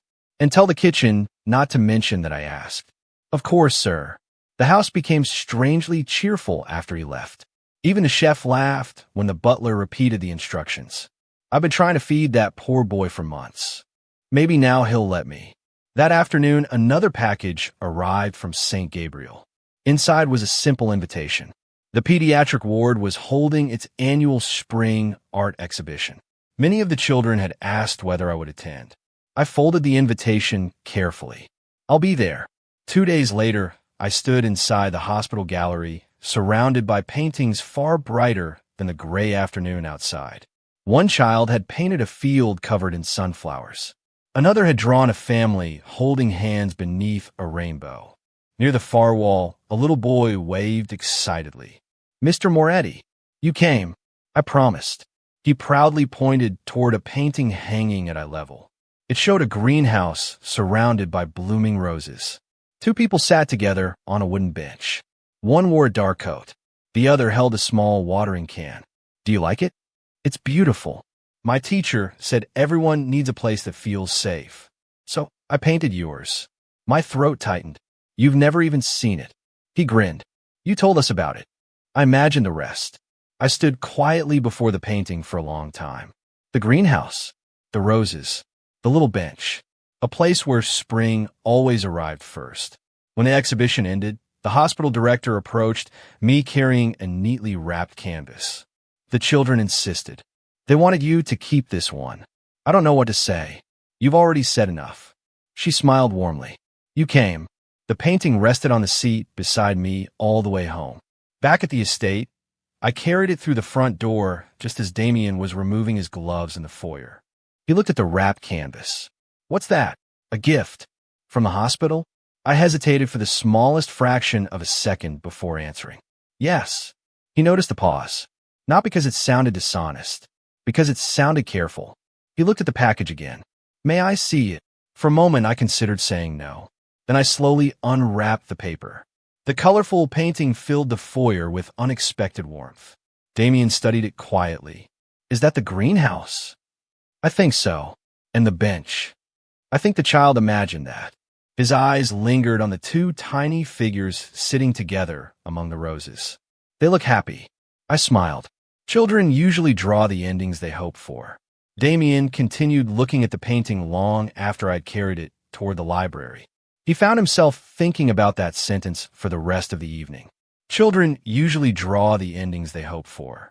For reasons he could not explain, he suddenly realized he had never once asked himself what kind of ending his own marriage was moving toward. The following Sunday began with unexpected sunshine. Golden light spilled across the eastern gardens, melting the last patches of frost that still clung to the edges of the stone paths. Mr. Collins had been right. Spring had arrived quietly. I wandered into the greenhouse shortly after breakfast. The first rose had opened during the night. Its petals were still touched with tiny drops of morning dew. Mr. Collins stood beside it with his hands tucked into the pockets of his old gardening jacket. There she is. I smiled. She was impatient. I think she simply knew someone had been waiting. He reached toward the bloom before stopping himself. Almost cut it. I'm glad you didn't. We stood together in comfortable silence. Sometimes beautiful things asked for nothing more than someone willing to notice them. A few minutes later, footsteps echoed softly across the stone floor. Neither of us turned immediately. I I was told spring had officially begun. Damien's voice carried the faintest trace of amusement. Mr. Collins grinned. It has. He stepped aside. There. Damien looked at the rose. It was such a small thing. One flower among hundreds that would eventually bloom. Yet he found himself staring at it much longer than expected. You were right, he said quietly. I looked toward him. About what? It looks better where it grew. I laughed softly. I'm glad you agree. For reasons neither of us understood, the moment felt strangely important. Not because of the flower, because it was the first opinion we had ever shared without disagreeing. Later that afternoon, the estate grew unusually quiet. Most of the staff had finished their work outside, leaving only birdsong drifting through the open greenhouse windows. I sat alone on the wooden bench overlooking the rose beds. The sunlight felt warm against my face, warmer than it had in months. I closed my eyes, just for a moment. When I opened them again, Damien was sitting beside me. He hadn't spoken. He had simply taken the empty space at the opposite end of the bench. I hope you don't mind. Not at all. For several minutes we watched the gardens together. Neither of us seemed interested in interrupting the silence. Finally, Damien spoke. I visited one of the places in your notebook. I turned toward him. The bakery. They really do remember everyone's name. I smiled. I told you. The owner refused to let me pay for a second cup of coffee. What did you do? I insisted. And he refused again. I couldn't help laughing. He always wins. A faint smile appeared at the corner of Damien's mouth. I noticed. The breeze carried the scent of lavender between us. Somewhere deeper in the gardens, birds called to one another from the branches overhead. I don't think I've sat outside during the day in years, Damien admitted. You've been busy. I thought I was. The answer lingered. Not bitter. Simply honest. I used to believe rest was something people earned after finishing everything. And now, he looked across the gardens. I've started wondering whether everything is ever really finished. I looked at the first rose blooming beneath the afternoon sun. Probably not. That's why moments like this matter. He nodded almost imperceptibly. I think I'm beginning to understand. His phone vibrated inside his coat. He glanced at the screen. Another meeting. Another decision waiting somewhere across the city. Without thinking, he pressed the side button and silenced it. He didn't answer. He didn't even read the message. Instead, he slipped the phone back into his pocket. I noticed. So the world can survive an hour without you. He let out a quiet breath that almost sounded like laughter. It appears so. We remained on the bench until the shadows began stretching across the gardens. When I finally stood, a sudden weakness passed through my legs. It happened so quickly that I lost my balance for only an instant. Before I could steady myself, Damien's hand caught my forearm. The touch lasted no more than 2 seconds. Long enough to keep me from falling. Long enough for both of us to freeze. You all right? His voice was lower than usual. I'm fine. The familiar answer left my lips automatically. This time, however, he didn't look convinced. He kept his hand lightly around my arm for another heartbeat before letting go. You've been saying that for months. I looked down at the path beneath our feet. I know. Neither of us spoke again as we walked slowly back toward the house. Behind us, the first rose continued blooming in the afternoon light, unaware that somewhere beneath one quiet answer, the truth had become just a little harder to hide. The following Tuesday brought steady rain that lasted from dawn until late afternoon. Dark clouds covered the city, turning the greenhouse roof into a gentle drum as thousands of raindrops fell overhead. Most people avoided going outside. I found myself drawn there anyway. Rain had always made the greenhouse feel like its own little world. The scent of damp soil mixed with blooming roses, fresh herbs, and warm cedar from the wooden benches. For a little while, it was easy to forget hospitals, easy to forget calendars, easy to forget numbers hidden inside medical reports. Mr. Collins was trimming several climbing roses near the entrance when I arrived. I was wondering when you'd show up. I didn't think anyone would come out here today. He chuckled. The roses don't stop growing because it rains. I suppose people shouldn't either. He handed me a pair of gardening gloves. Would you mind helping me? We spent nearly an hour removing dead branches and tying new shoots gently against wooden supports.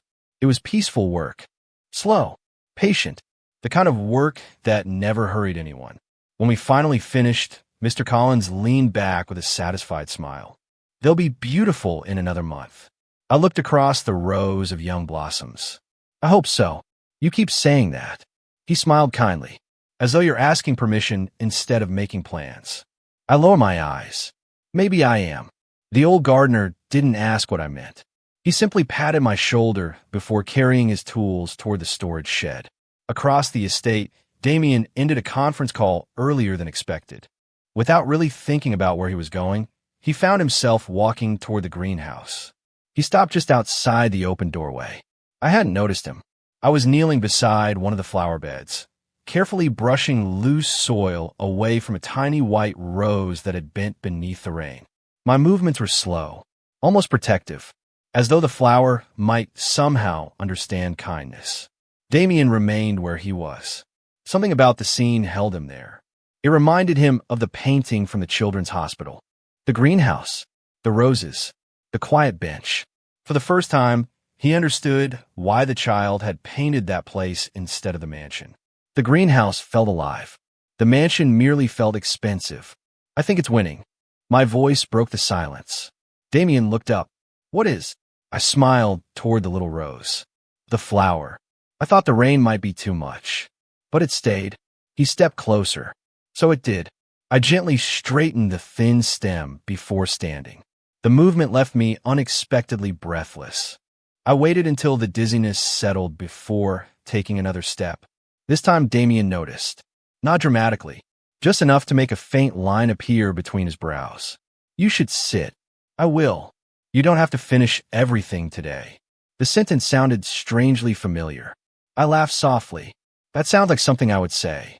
You probably did. We sat together on the wooden bench while rain continued tapping softly against the glass roof. Neither of us spoke for several minutes. The silence no longer needed explaining. Eventually, Damien asked a question so casually that he almost sounded uncertain. When spring is over, what season do you like best? I looked out toward the rain-covered gardens. Autumn. Why? Because it teaches people that letting go can still be beautiful. The answer lingered between us. Damien looked toward the roses again. I've always preferred winter. I turned toward him with quiet curiosity. I know exactly what winter expects from me. And the other seasons? They change. So do people. I smiled gently. Sometimes that's a good thing. He looked at me for a long moment. I think I'm beginning to believe that. A servant appeared at the greenhouse entrance carrying a black umbrella. Sir, the board meeting begins in 15 minutes. Damien glanced toward the waiting umbrella, then back toward the greenhouse. I'll be there shortly. The servant nodded and stepped back outside. I stood first. You should go. They're waiting. He remained seated. For years I would have left before anyone finished that sentence. And today, he looked toward the rows of blooming roses. I'd rather stay another 5 minutes. We remained there until the rain softened into a gentle mist. As we walked back toward the house, neither of us noticed the small notebook resting on the greenhouse table. It had slipped from my coat pocket while I was gardening. Its dark blue cover looked ordinary. Plain, easy to overlook. Inside were several pages filled with neat handwriting. Medication schedules, appointment dates, questions for Dr. Harris, and, folded carefully between 2 pages, a single appointment card from St. Gabriel Medical Center bearing the date of my next consultation. The notebook remained exactly where it had fallen as the greenhouse doors closed quietly behind us. Damien did not think about the greenhouse again until later that evening. The board meeting lasted nearly 4 hours. 2 acquisition proposals required unanimous approval. A dispute between regional directors delayed the final vote. By the time he returned to his office, the city outside had already disappeared beneath another curtain of rain. He loosened his tie and reached for the stack of documents waiting on his desk. His phone rang before he touched the first page. Sir, it was Mr. Collins. I'm sorry to bother you this late.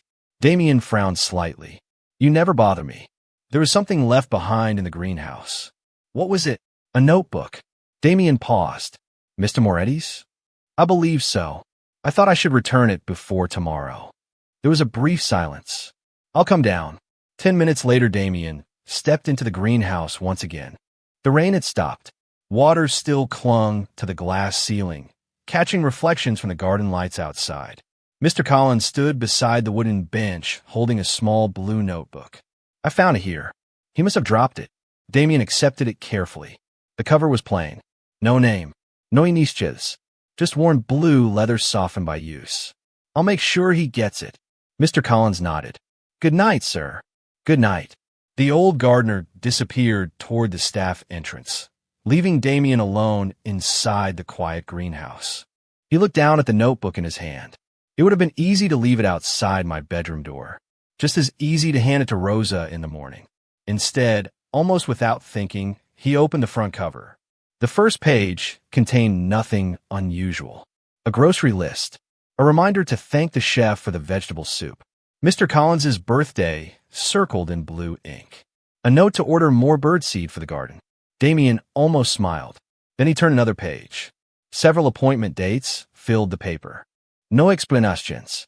Only times, addresses, telephone numbers. Most had already been crossed out. One remained. Thursday, 9 o'clock. St. Gabriel Medical Center. His eyes rested on the words for several seconds.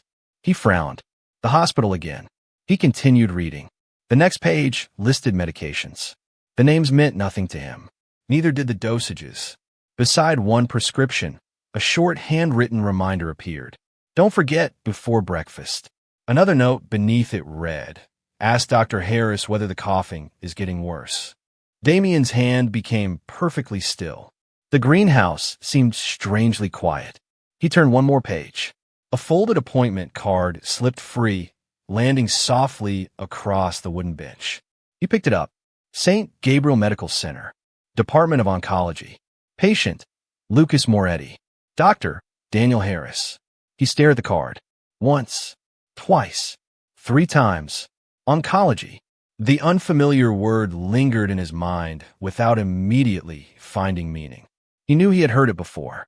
Somewhere. Years ago. His mother. A family friend. A newspaper article. Then the memory arrived all at once. Cancer. His pulse slowed. No, there had to be another explanation. Perhaps the department occupied the same building. Perhaps Dr. Harris specialized in more than one field. Perhaps. His thoughts stopped. Folded inside the back cover was a single sheet of paper. Not a medical report. Just one sentence written in my careful handwriting. Remember to smile before going home. No one should have to carry your fear with them. Damien closed the notebook immediately. His chest felt unexpectedly tight. For several long moments, he remained sitting on the wooden bench where we had watched the rain only hours earlier. Around him, the greenhouse remained peaceful. The roses stood quietly beneath the warm lights. Nothing had changed, yet everything suddenly felt different. He looked once more at the appointment card resting in his hand. For the first time since our wedding, suspicion gave way to something he had spent months refusing to feel. Fear. Not fear that I had betrayed him. Fear that he might never have understood what I had been trying so desperately to hide. Damien did not sleep that night. The blue notebook remained on the desk in front of him long after midnight. He had opened it a dozen times, closed it a dozen more. Each time he reached the appointment card, his eyes stopped at the same word. Oncology. By 3 in the morning, he could no longer convince himself it meant something else. He picked up his phone. His thumb hovered over my name. One call. One simple question. Where have you been going every Tuesday? Instead, he placed the phone back on the desk. If I had wanted him to know, I would have told him. That thought should have ended the matter. It didn't. It only made him wonder why I hadn't. The following morning, breakfast passed in unusual silence. I smiled as I entered the dining room. Good morning. Good morning. His voice sounded different. Quieter. His eyes searched my face a little longer than usual. For the first time since we married, I felt as though he was truly looking at me instead of the role everyone expected me to play. Did you sleep well? The question surprised me. I managed. You look tired. I laughed softly. I've been looking tired for months. Instead of answering, Damien reached toward the serving tray. He poured tea into my cup himself before the servants had a chance to move. The room became completely still. No one said a word. Even I didn't know how to respond. Thank you. He gave a small nod. You should drink it while it's hot. We finished breakfast without another difficult conversation. When I stood to leave, Damien spoke again. Are you going into the city today? Yes. What time will you be back? I looked at him with quiet curiosity. I'm not sure. I'll probably be home before dinner. He nodded. I'll be here. The answer seemed ordinary. Yet somehow it felt like a promise. An hour later, I stepped into the back seat of the familiar black sedan. The security driver closed the door gently. St. Gabriel, sir? Yes. As the car disappeared through the front gates, Damien remained standing beside the library window. The notebook rested heavily in his hands. He watched until the sedan turned the corner and vanished from sight. Then he picked up his phone. Richard, his chief of security, answered immediately. Yes, sir. I need a favor. Anything. Damien looked once more toward the empty driveway. No one is to interfere with my husband today. No additional escorts. No questions. Understood. Richard waited. Is there anything else? There was. A question Damien had never imagined himself asking. When he reaches St. Gabriel. He stopped. The words refused to come easily. Finally, he spoke again. I need you to tell me one thing. Nothing more. What would you like to know, sir? Damien closed his eyes for the briefest moment. Tell me, which department he walks into. He ended the call before Richard could answer. The waiting lasted less than 40 minutes. To Damien, it felt longer than any negotiation of his career. His phone finally vibrated. One message. No explanation. Only 6 words. St. Gabriel. Cancer Center. 3rd floor. Damien stared at the screen until the letters blurred. The office around him seemed to fall away. Every strange detail from the past several months returned at once. The unfinished breakfasts. The medication hidden inside a coat pocket. The coughing behind closed doors. The exhaustion. The dizziness. The trembling hands. The constant talk about time. The notebook. The children's paintings. The roses. His promise that spring would come. None of it had been an act. None of it had ever been about money. His chair scraped sharply across the wooden floor as he stood. Within seconds, he was already reaching for his coat. His secretary looked up in surprise. The board meeting begins in 10 minutes. Cancel it. Sir. Everything. I'll explain later. She had worked beside Damien Moretti for nearly 8 years. Never once had she seen him leave important negotiations without warning. Today he walked past her without another word. By the time the elevator reached the underground garage, only one thought remained in his mind. Please, don't let me be too late. Damien had broken traffic laws before. He had bent regulations, outmaneuvered governments, negotiated with men who believed fear was stronger than loyalty. Never once had he cared how long the drive across Manhattan took. Today, every red light felt like punishment. Faster. The driver tightened his grip on the steering wheel. We're doing everything we can, sir. Damien didn't answer. His eyes remained fixed on the streets ahead. For the first time in years, he wasn't thinking about outcomes. He was thinking about time. Time he had wasted. Time he had misunderstood. Time he could never buy back. The black sedan pulled beneath the covered entrance of St. Gabriel Medical Center. Before the driver could open the door, Damien was already outside. The automatic doors slid apart. Warm air, carrying the familiar scent of disinfectant, washed over him. People moved quietly through the lobby. Doctors, nurses, families, children holding stuffed animals. No one paid attention to the man whose face appeared regularly on business magazines. Today, he was simply another husband searching for someone he loved. He approached the reception desk. I'm looking for my husband. The receptionist smiled politely. Patient's name? Lucas Moretti. Her fingers moved across the keyboard. A moment later, her expression softened. I'm sorry, sir. Patients are entitled to privacy. I understand. I'm his husband. She hesitated. I'm sorry. I still can't release information without authorization. Before Damien could answer, another voice interrupted gently. Mr. Moretti? He turned. Dr. Harris stood several feet away holding a patient file against his chest. The physician recognized him immediately, not from newspapers, from photographs resting quietly inside a medical chart. For several seconds, neither man spoke. You must be Dr. Harris. I am. I am Damian Moretti. I know. There was no accusation in the doctor's voice. Only quiet sadness. I've been hoping we'd meet. Those words struck Damien harder than he expected. Hoping. Dr. Harris nodded. I never believed secrets like this could remain hidden forever. Damien felt his heartbeat quicken. My husband.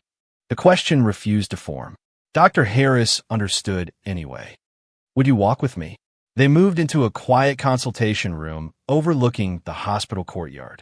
Rain from the previous night still clung to the trees outside. Spring sunlight reflected softly across damp pavement. Dr. Harris closed the door. He remained standing for a moment before speaking. Before I answer your questions, I need to ask one. Damien nodded. Did Lucas finally tell you? No. The single word filled the room with silence. Dr. Harris closed his eyes briefly. I was afraid of that. Damien stepped forward. Please, what is happening? The doctor looked directly into his eyes. When was the last time your husband appeared completely healthy to you? Damien searched his memory. Breakfasts left unfinished. Sleepless nights. Hands that trembled around teacups. Weight disappearing beneath tailored clothes. Coughing he had never actually heard. Only guessed. I don't know. Dr. Harris answered quietly. Neither does he. The words made no sense. What do you mean? He stopped measuring his life by feeling well a long time ago. Damien felt the room grow strangely still. I found a notebook. I saw the appointment card. I know you've been treating him. Dr. Harris remained silent. Damien's voice grew quieter. I need the truth. The physician looked toward the window before answering. Your husband first came to St. Gabriel several months before your wedding. He already knew. Knew what? Dr. Harris drew a slow breath. He was diagnosed with an aggressive form of cancer. The sentence landed without sound, without warning, without mercy. Damien didn't move, didn't speak. For several heartbeats, he simply stared, as though the words belonged to someone else's life. No. His voice barely rose above a whisper. There has to be. I'm sorry. Dr. Harris's interruption was painfully gentle. There isn't. He underwent every test, every consultation, every available treatment we believed might help. Damien slowly lowered himself into the nearest chair. His hands remained perfectly still in his lap, almost unnaturally still. He never told me. No. Why? Dr. Harris looked at him with the compassion reserved for people whose lives had just divided into before and after. Because every time I asked, he gave me the same answer. The physician opened the file he had carried into the room. From between its pages, he removed a folded note. I think this belongs to you now. Damien unfolded it carefully. The handwriting was unmistakable. If Damien ever finds out, please don't let him blame himself. He already carries enough weight that no one else can see. I would rather he remember the days we smiled than spend every remaining one watching me disappear. The paper trembled in Damien's hands for the first time. Dr. Harris spoke softly.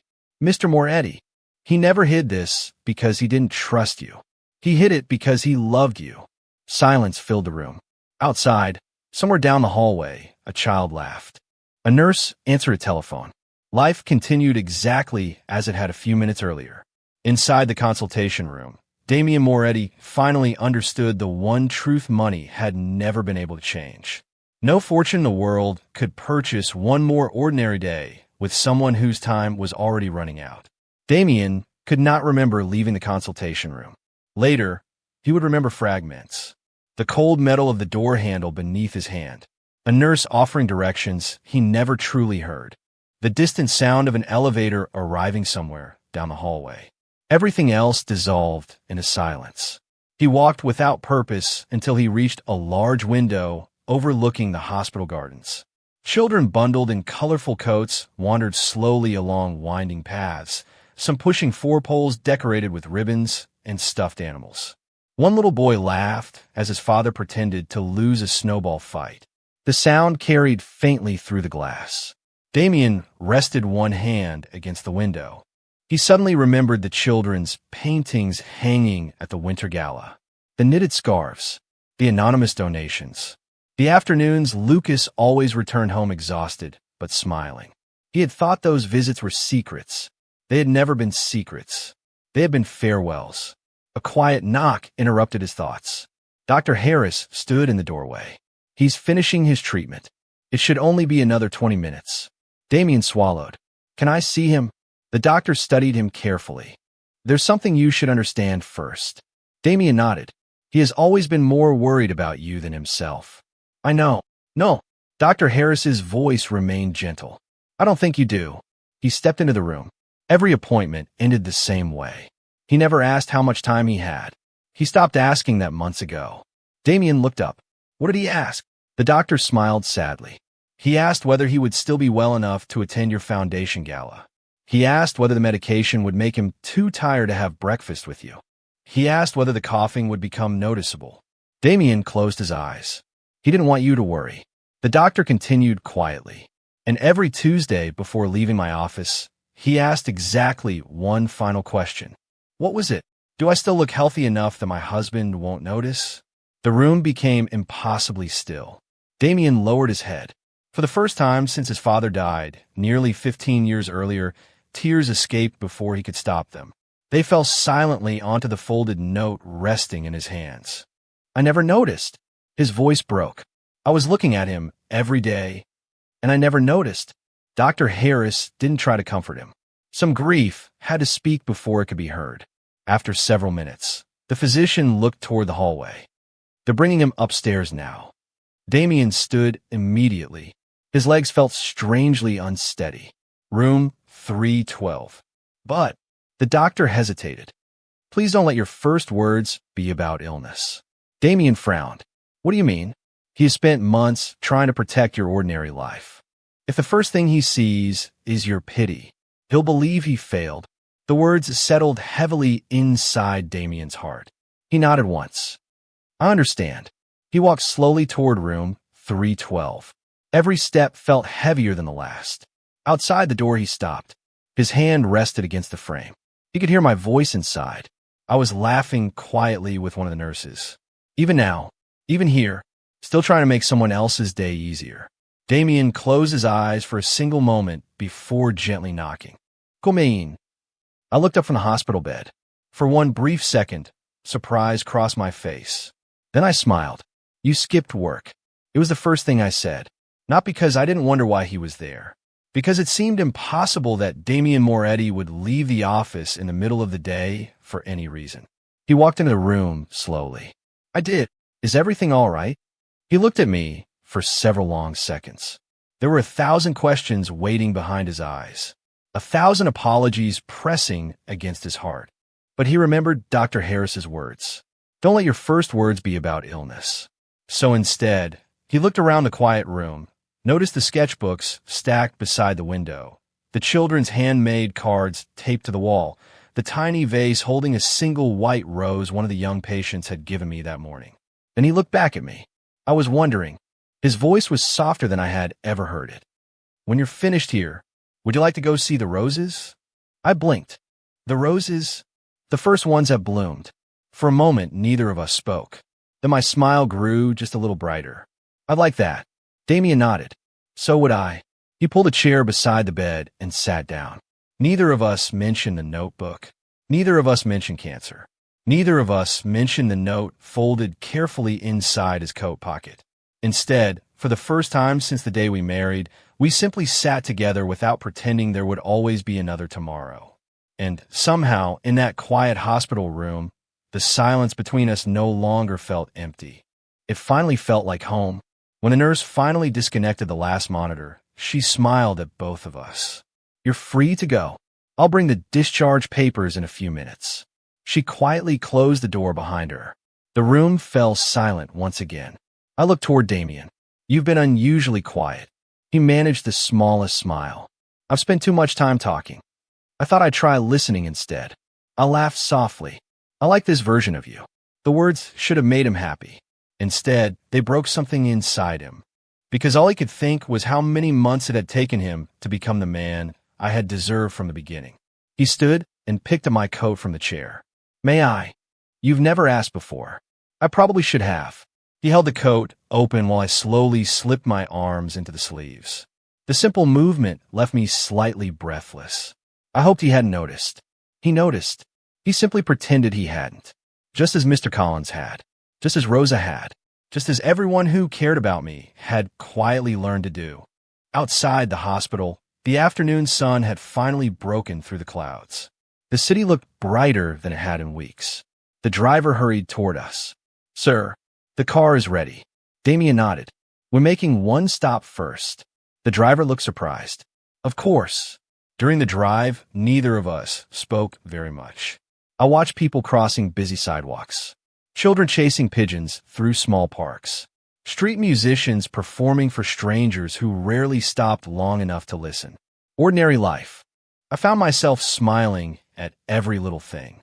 Damien watched the reflection of my face in the window. Now that he knew the truth, every smile looked different. Not because it was false, because it had cost so much more than he had ever realized. The car turned through the estate gates just before sunset. Instead of stopping at the front entrance, Damien gave another instruction. The greenhouse. The driver immediately changed direction. When the car came to a stop, Damien stepped out first. He walked around to my side and opened the door himself. "I can manage. I know, but I'd still like to help." For the first time, I accepted his hand without hesitation. Together we walked slowly toward the greenhouse. The evening light poured through the glass ceiling, covering the rows of roses in soft shades of gold. Spring had arrived exactly as Mr. Collins promised. Everywhere I looked, flowers had begun to bloom. The little wooden bench waited beside the western flower bed, just as I had drawn it months earlier. "I haven't been here for almost a week. You've been missed." I smiled. "By the roses? By me?" The words were so quiet, I almost thought I had imagined them. I turned toward him. He wasn't looking at the flowers. He was looking at me. There was no distance left in his eyes. No suspicion. No careful distrant. Only regret. "I owe you an apology." I gently shook my head. "You don't. Ido." His voice grew rough. I judged every kindness as manipulation. I questioned every smile. "I convinced myself you wanted everything I had." His eyes slowly filled. "When the only thing you ever wanted." He couldn't finish. I reached out and lightly rested my hand over his. "It doesn't matter anymore. It matters to me." He lowered his head. "I wasted months." "No, you survived them with me." The sentence made him look up. "I wasn't a good husband. You were an honest one." He frowned. "I was cold. You were afraid." He stared at me in silence. "You spent your whole life believing everyone wanted something from you. I understood that long before I married you." A breeze drifted through the open greenhouse windows. The scent of roses surrounded us. I kept thinking. Damien's voice barely rose above a whisper. "If I had known, you would have treated me differently." "Yes, I'm glad you didn't." He looked at me in confusion. "I didn't want kindness because I was dying. I wanted kindness because I was your husband." The words settled gently between us. Nothing more needed to be said. Damien slowly lifted my hand to his lips. He didn't kiss it dramatically. He simply held it there for a moment, as though trying to memorize the warmth he had overlooked for so long. "I don't know how much time we have." His voice trembled. I smiled the same quiet smile he had seen every day since our wedding. "Neither do I. But we still have today." He nodded. "And tomorrow." I looked toward the first roses blooming beside the bench. "I hope so." For the first time since learning the truth, Damien did not promise himself that money, influence, or determination would somehow change fate. Instead, he made a different promise. That whatever time remained would no longer be measured by meetings canceled or fortunes protected. It would be measured by breakfast shared, walks through the greenhouse, books read beside the fire, sunsets watched from the wooden bench, and every ordinary moment he had once been too busy to notice. Because he finally understood what Lucas had known from the very beginning. The richest man in the city had never been poor because he lacked money. He had been poor because he believed love could wait. It couldn't, and neither could time. The days that followed became wonderfully ordinary. Damien still left for work each morning. The difference was that he no longer left without stopping at the breakfast table. Sometimes we shared nothing more than tea and toast. Sometimes we spoke about the weather. Sometimes we simply watched the sun rise through the dining room windows. Neither of us hurried the silence anymore. It had finally learned how to comfort instead of divide. Every Tuesday, Damien insisted on driving me to St. Gabriel himself. I have a driver. I know. He'll think he's being replaced. I'll apologize to him. I laughed. You've changed. I've been trying. The drive across Manhattan became one of my favorite parts of the week. No meetings, no ringing phones, no discussions about business. Only traffic, morning sunlight, and two people slowly learning how to share the same life. One Tuesday, after another appointment, Dr. Harris walked us toward the elevator. He stopped Damien before we stepped inside. Thank you. Damien looked surprised. For what? For making him laugh again. Damien glanced toward me. I think he's the one doing that. Dr. Harris smiled gently. No, he's smiling differently now. There's a difference. Damien carried those words with him all the way home. Late one afternoon, Rosa found us sitting together inside the greenhouse. I was reading aloud from the children's book I had bought months earlier. Damien wasn't pretending to read. He was simply listening. Rosa quietly turned away before either of us noticed her. Later she found Mr. Collins pruning roses near the entrance. They're happy. The old gardener smiled without looking up. I know. How? I've spent 40 years growing roses. They bloom differently when someone finally remembers to water them. Spring settled completely over the estate. The first roses opened, then the second. Then entire rows burst into color exactly as the garden sketch had promised months before. One Saturday morning, Mr. Collins approached us carrying a small pair of gardening shears. I believe it's time. He carefully cut the very first fully opened white rose. Instead of handing it to me, he offered it to Damien. I think this one is yours. Damien looked confused. Mine. You'll know what to do with it. The old gardener quietly walked away. Damien stood holding the flower for several moments before turning toward me. I believe. He almost laughed at himself. I've never actually given anyone flowers. Then today seems like a good day to start. He stepped closer. His movements were slow, almost uncertain, as though afraid he might somehow do it incorrectly.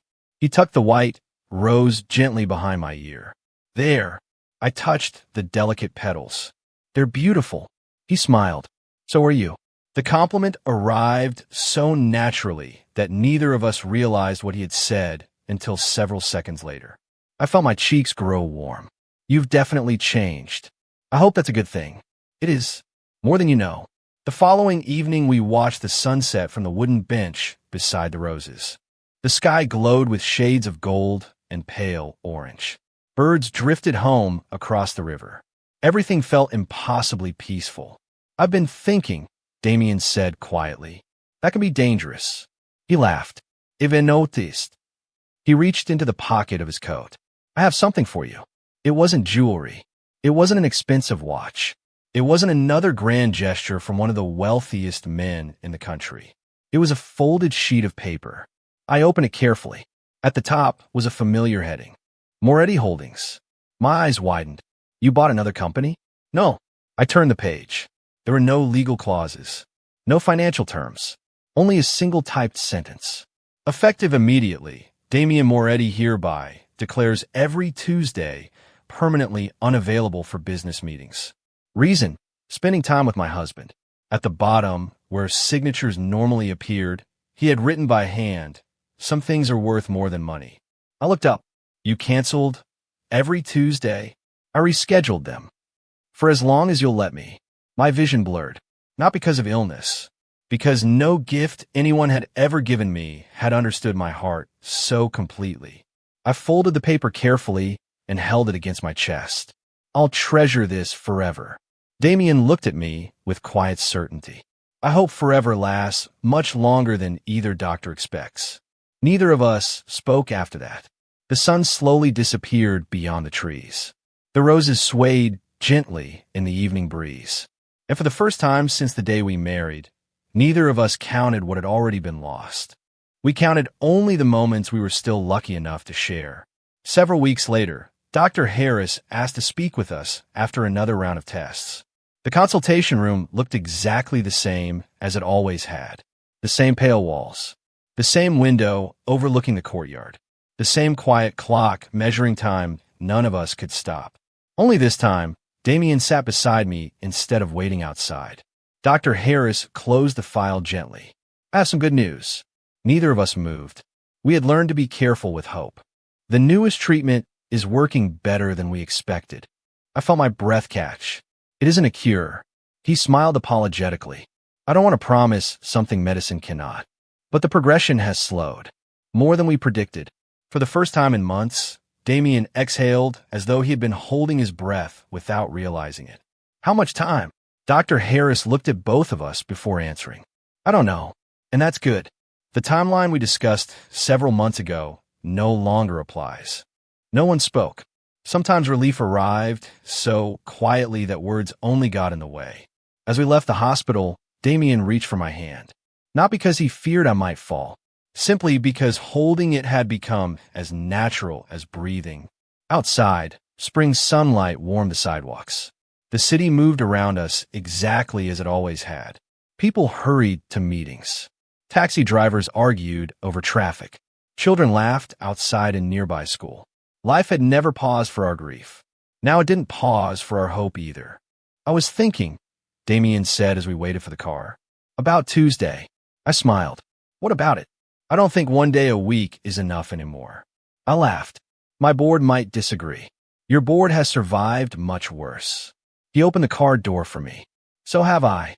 Back at the estate, the greenhouse had become the heart of the house.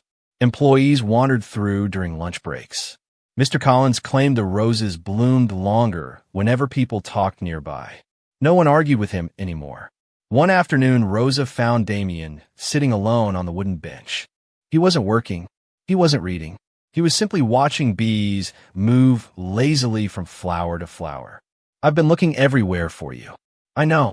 The chef wanted to ask whether dinner should be served inside. Damien looked toward the open windows. No, we'll eat here. Rosa smiled knowingly. I thought you might. As she turned to leave, Damien called her back. Rosa. Yes, sir. Thank you. She looked surprised. For what? For taking care of him before I knew how. Her eyes filled almost immediately. It was never a burden. I know, but I should have said it anyway.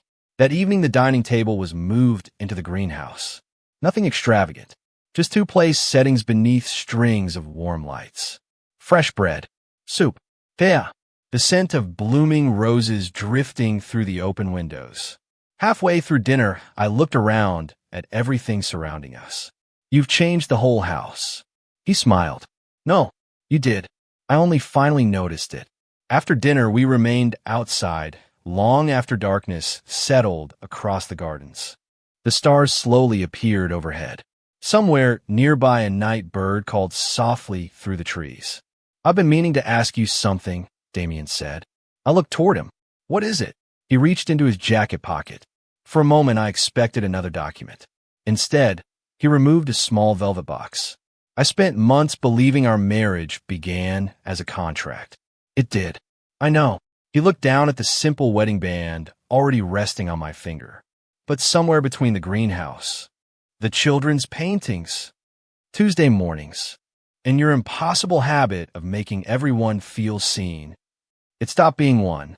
He opened the box. Inside rested another ring.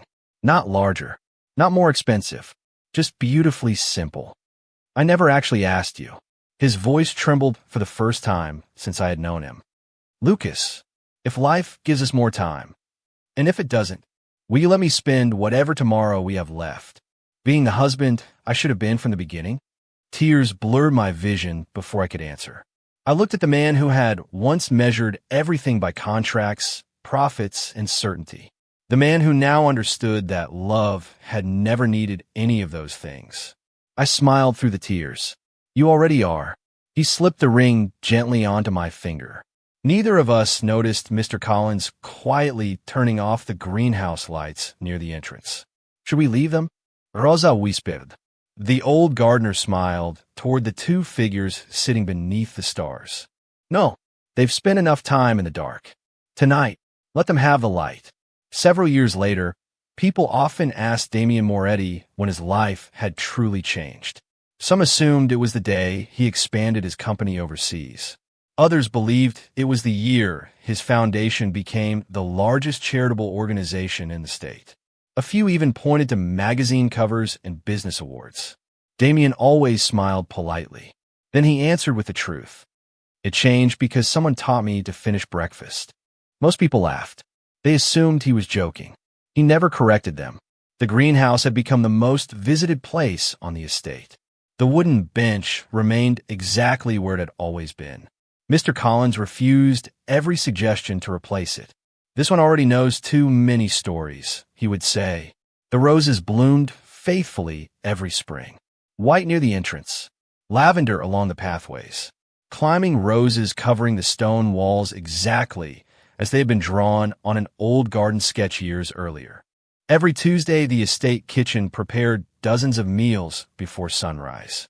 Some traveled to St. Gabriel Medical Center. Others went to neighborhood shelters. None carried the Moretti name. Lucas had insisted kindness worked better when it arrived without applause. Damien never argued. Some lessons deserved to remain exactly as they were taught. One quiet afternoon, he walked alone through the greenhouse, carrying the same worn leather notebook he had once found forgotten on a wooden bench. The pages had become soft from being opened so many times. The grocery lists were still there. Mr. Collins's birthday, birdseed, soup for breakfast. Thank the chef. Remember to smile before going home. No one should have to carry your fear with them. Damien gently closed the notebook. He no longer cried when he read those words. Not because they hurt less, because they had become part of the way he lived. A group of children from St. Gabriel arrived shortly afterward for the annual spring visit. Many of them had never met Lucas. Some had only heard stories. Others recognized him from photographs hanging inside the hospital art room. One little boy stopped beside the first white rose. Is this the famous flower? Damien smiled. It is. Why is everyone always talking about it? Damien knelt beside him. Because someone once decided not to cut the first flower. The little boy looked confused. But wouldn't it be prettier inside a vase? For a few days, Damien looked toward the greenhouse windows where sunlight poured across the garden. Some beautiful things are happier where they grow. The child considered that very seriously before nodding. I think I understand. I hope you do. The afternoon passed with laughter echoing through the greenhouse once again. Children painted flower pots. Mr. Collins patiently answered impossible gardening questions. Rosa made hot chocolate for everyone. For a little while, the estate sounded exactly as Lucas had always wanted it to. Alive. As the buses prepared to leave, one little girl ran back toward Damien carrying a folded drawing. This is for you. He accepted it carefully. May I look now? She nodded enthusiastically. The drawing showed the greenhouse beneath a bright blue sky. The wooden bench stood beneath blooming roses. Two people sat together smiling. Above them, written in uneven handwriting, were the words, "Kind people make gardens grow." Damien felt his throat tighten. He thanked the little girl and watched the buses disappear through the front gates. When the estate grew quiet again, he returned to the bench. The evening breeze carried the scent of roses through the open windows. Birds settled into the nearby trees. The greenhouse looked exactly as it had on the day Lucas first imagined it. He reached into his jacket pocket and unfolded a single piece of paper that had never left him. If Damien ever finds out, please don't let him blame himself. He already carries enough weight that no one else can see. I would rather he remember the days we smiled than spend every remaining one watching me disappear. The paper had yellowed slightly with time. The handwriting remained as gentle as ever. Damien smiled. I kept my promise. His voice was barely louder than the breeze. I remember the days we smiled. He looked toward the first white rose blooming quietly beside the bench. Once, he had believed wealth meant protecting everything he owned. Lucas had taught him something far greater. The richest life was never measured by what a person could keep. It was measured by how much love remained after they were gone.